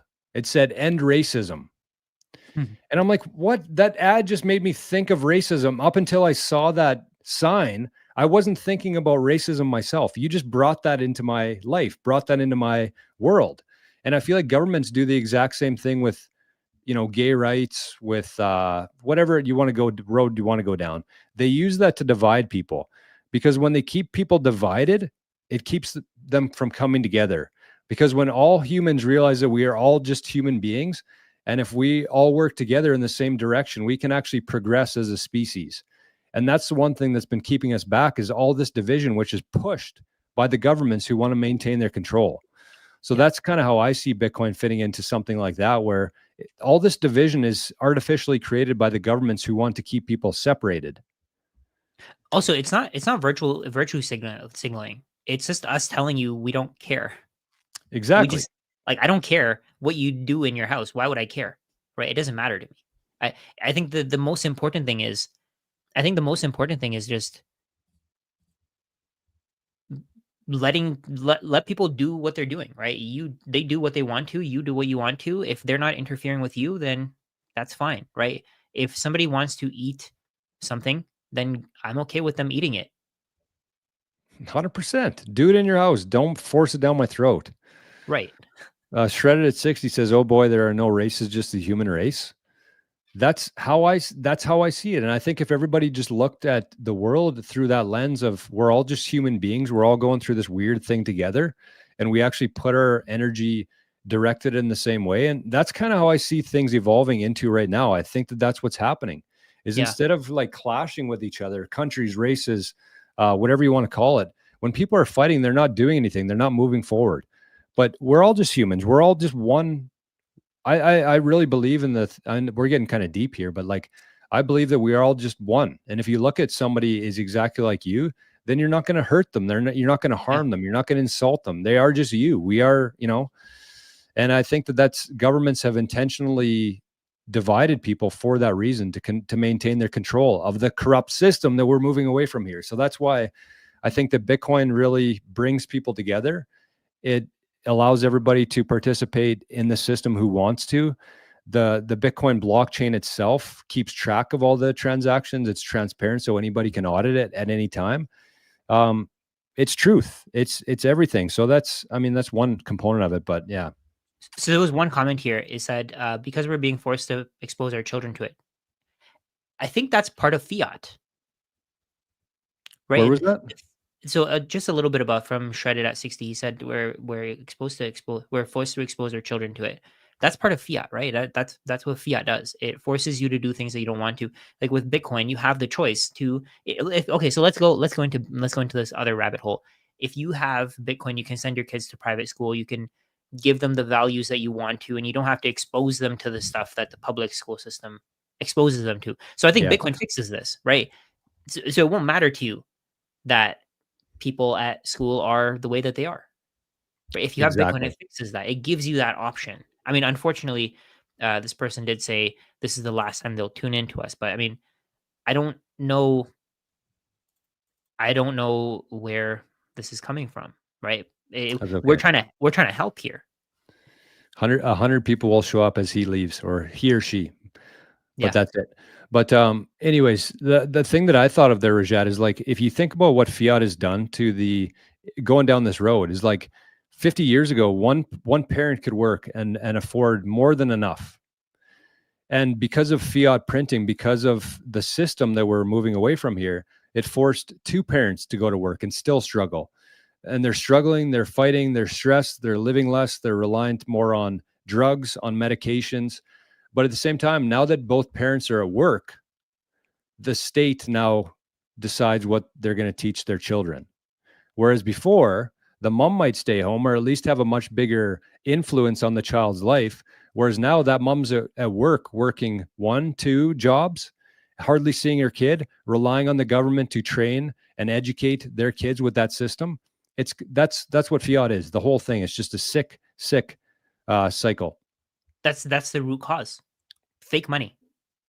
Fake money is what gets us where we are. I don't think I feel like there's people who have certain beliefs, nothing that they're doing wrong, right? If you're gay, you be gay. I don't care.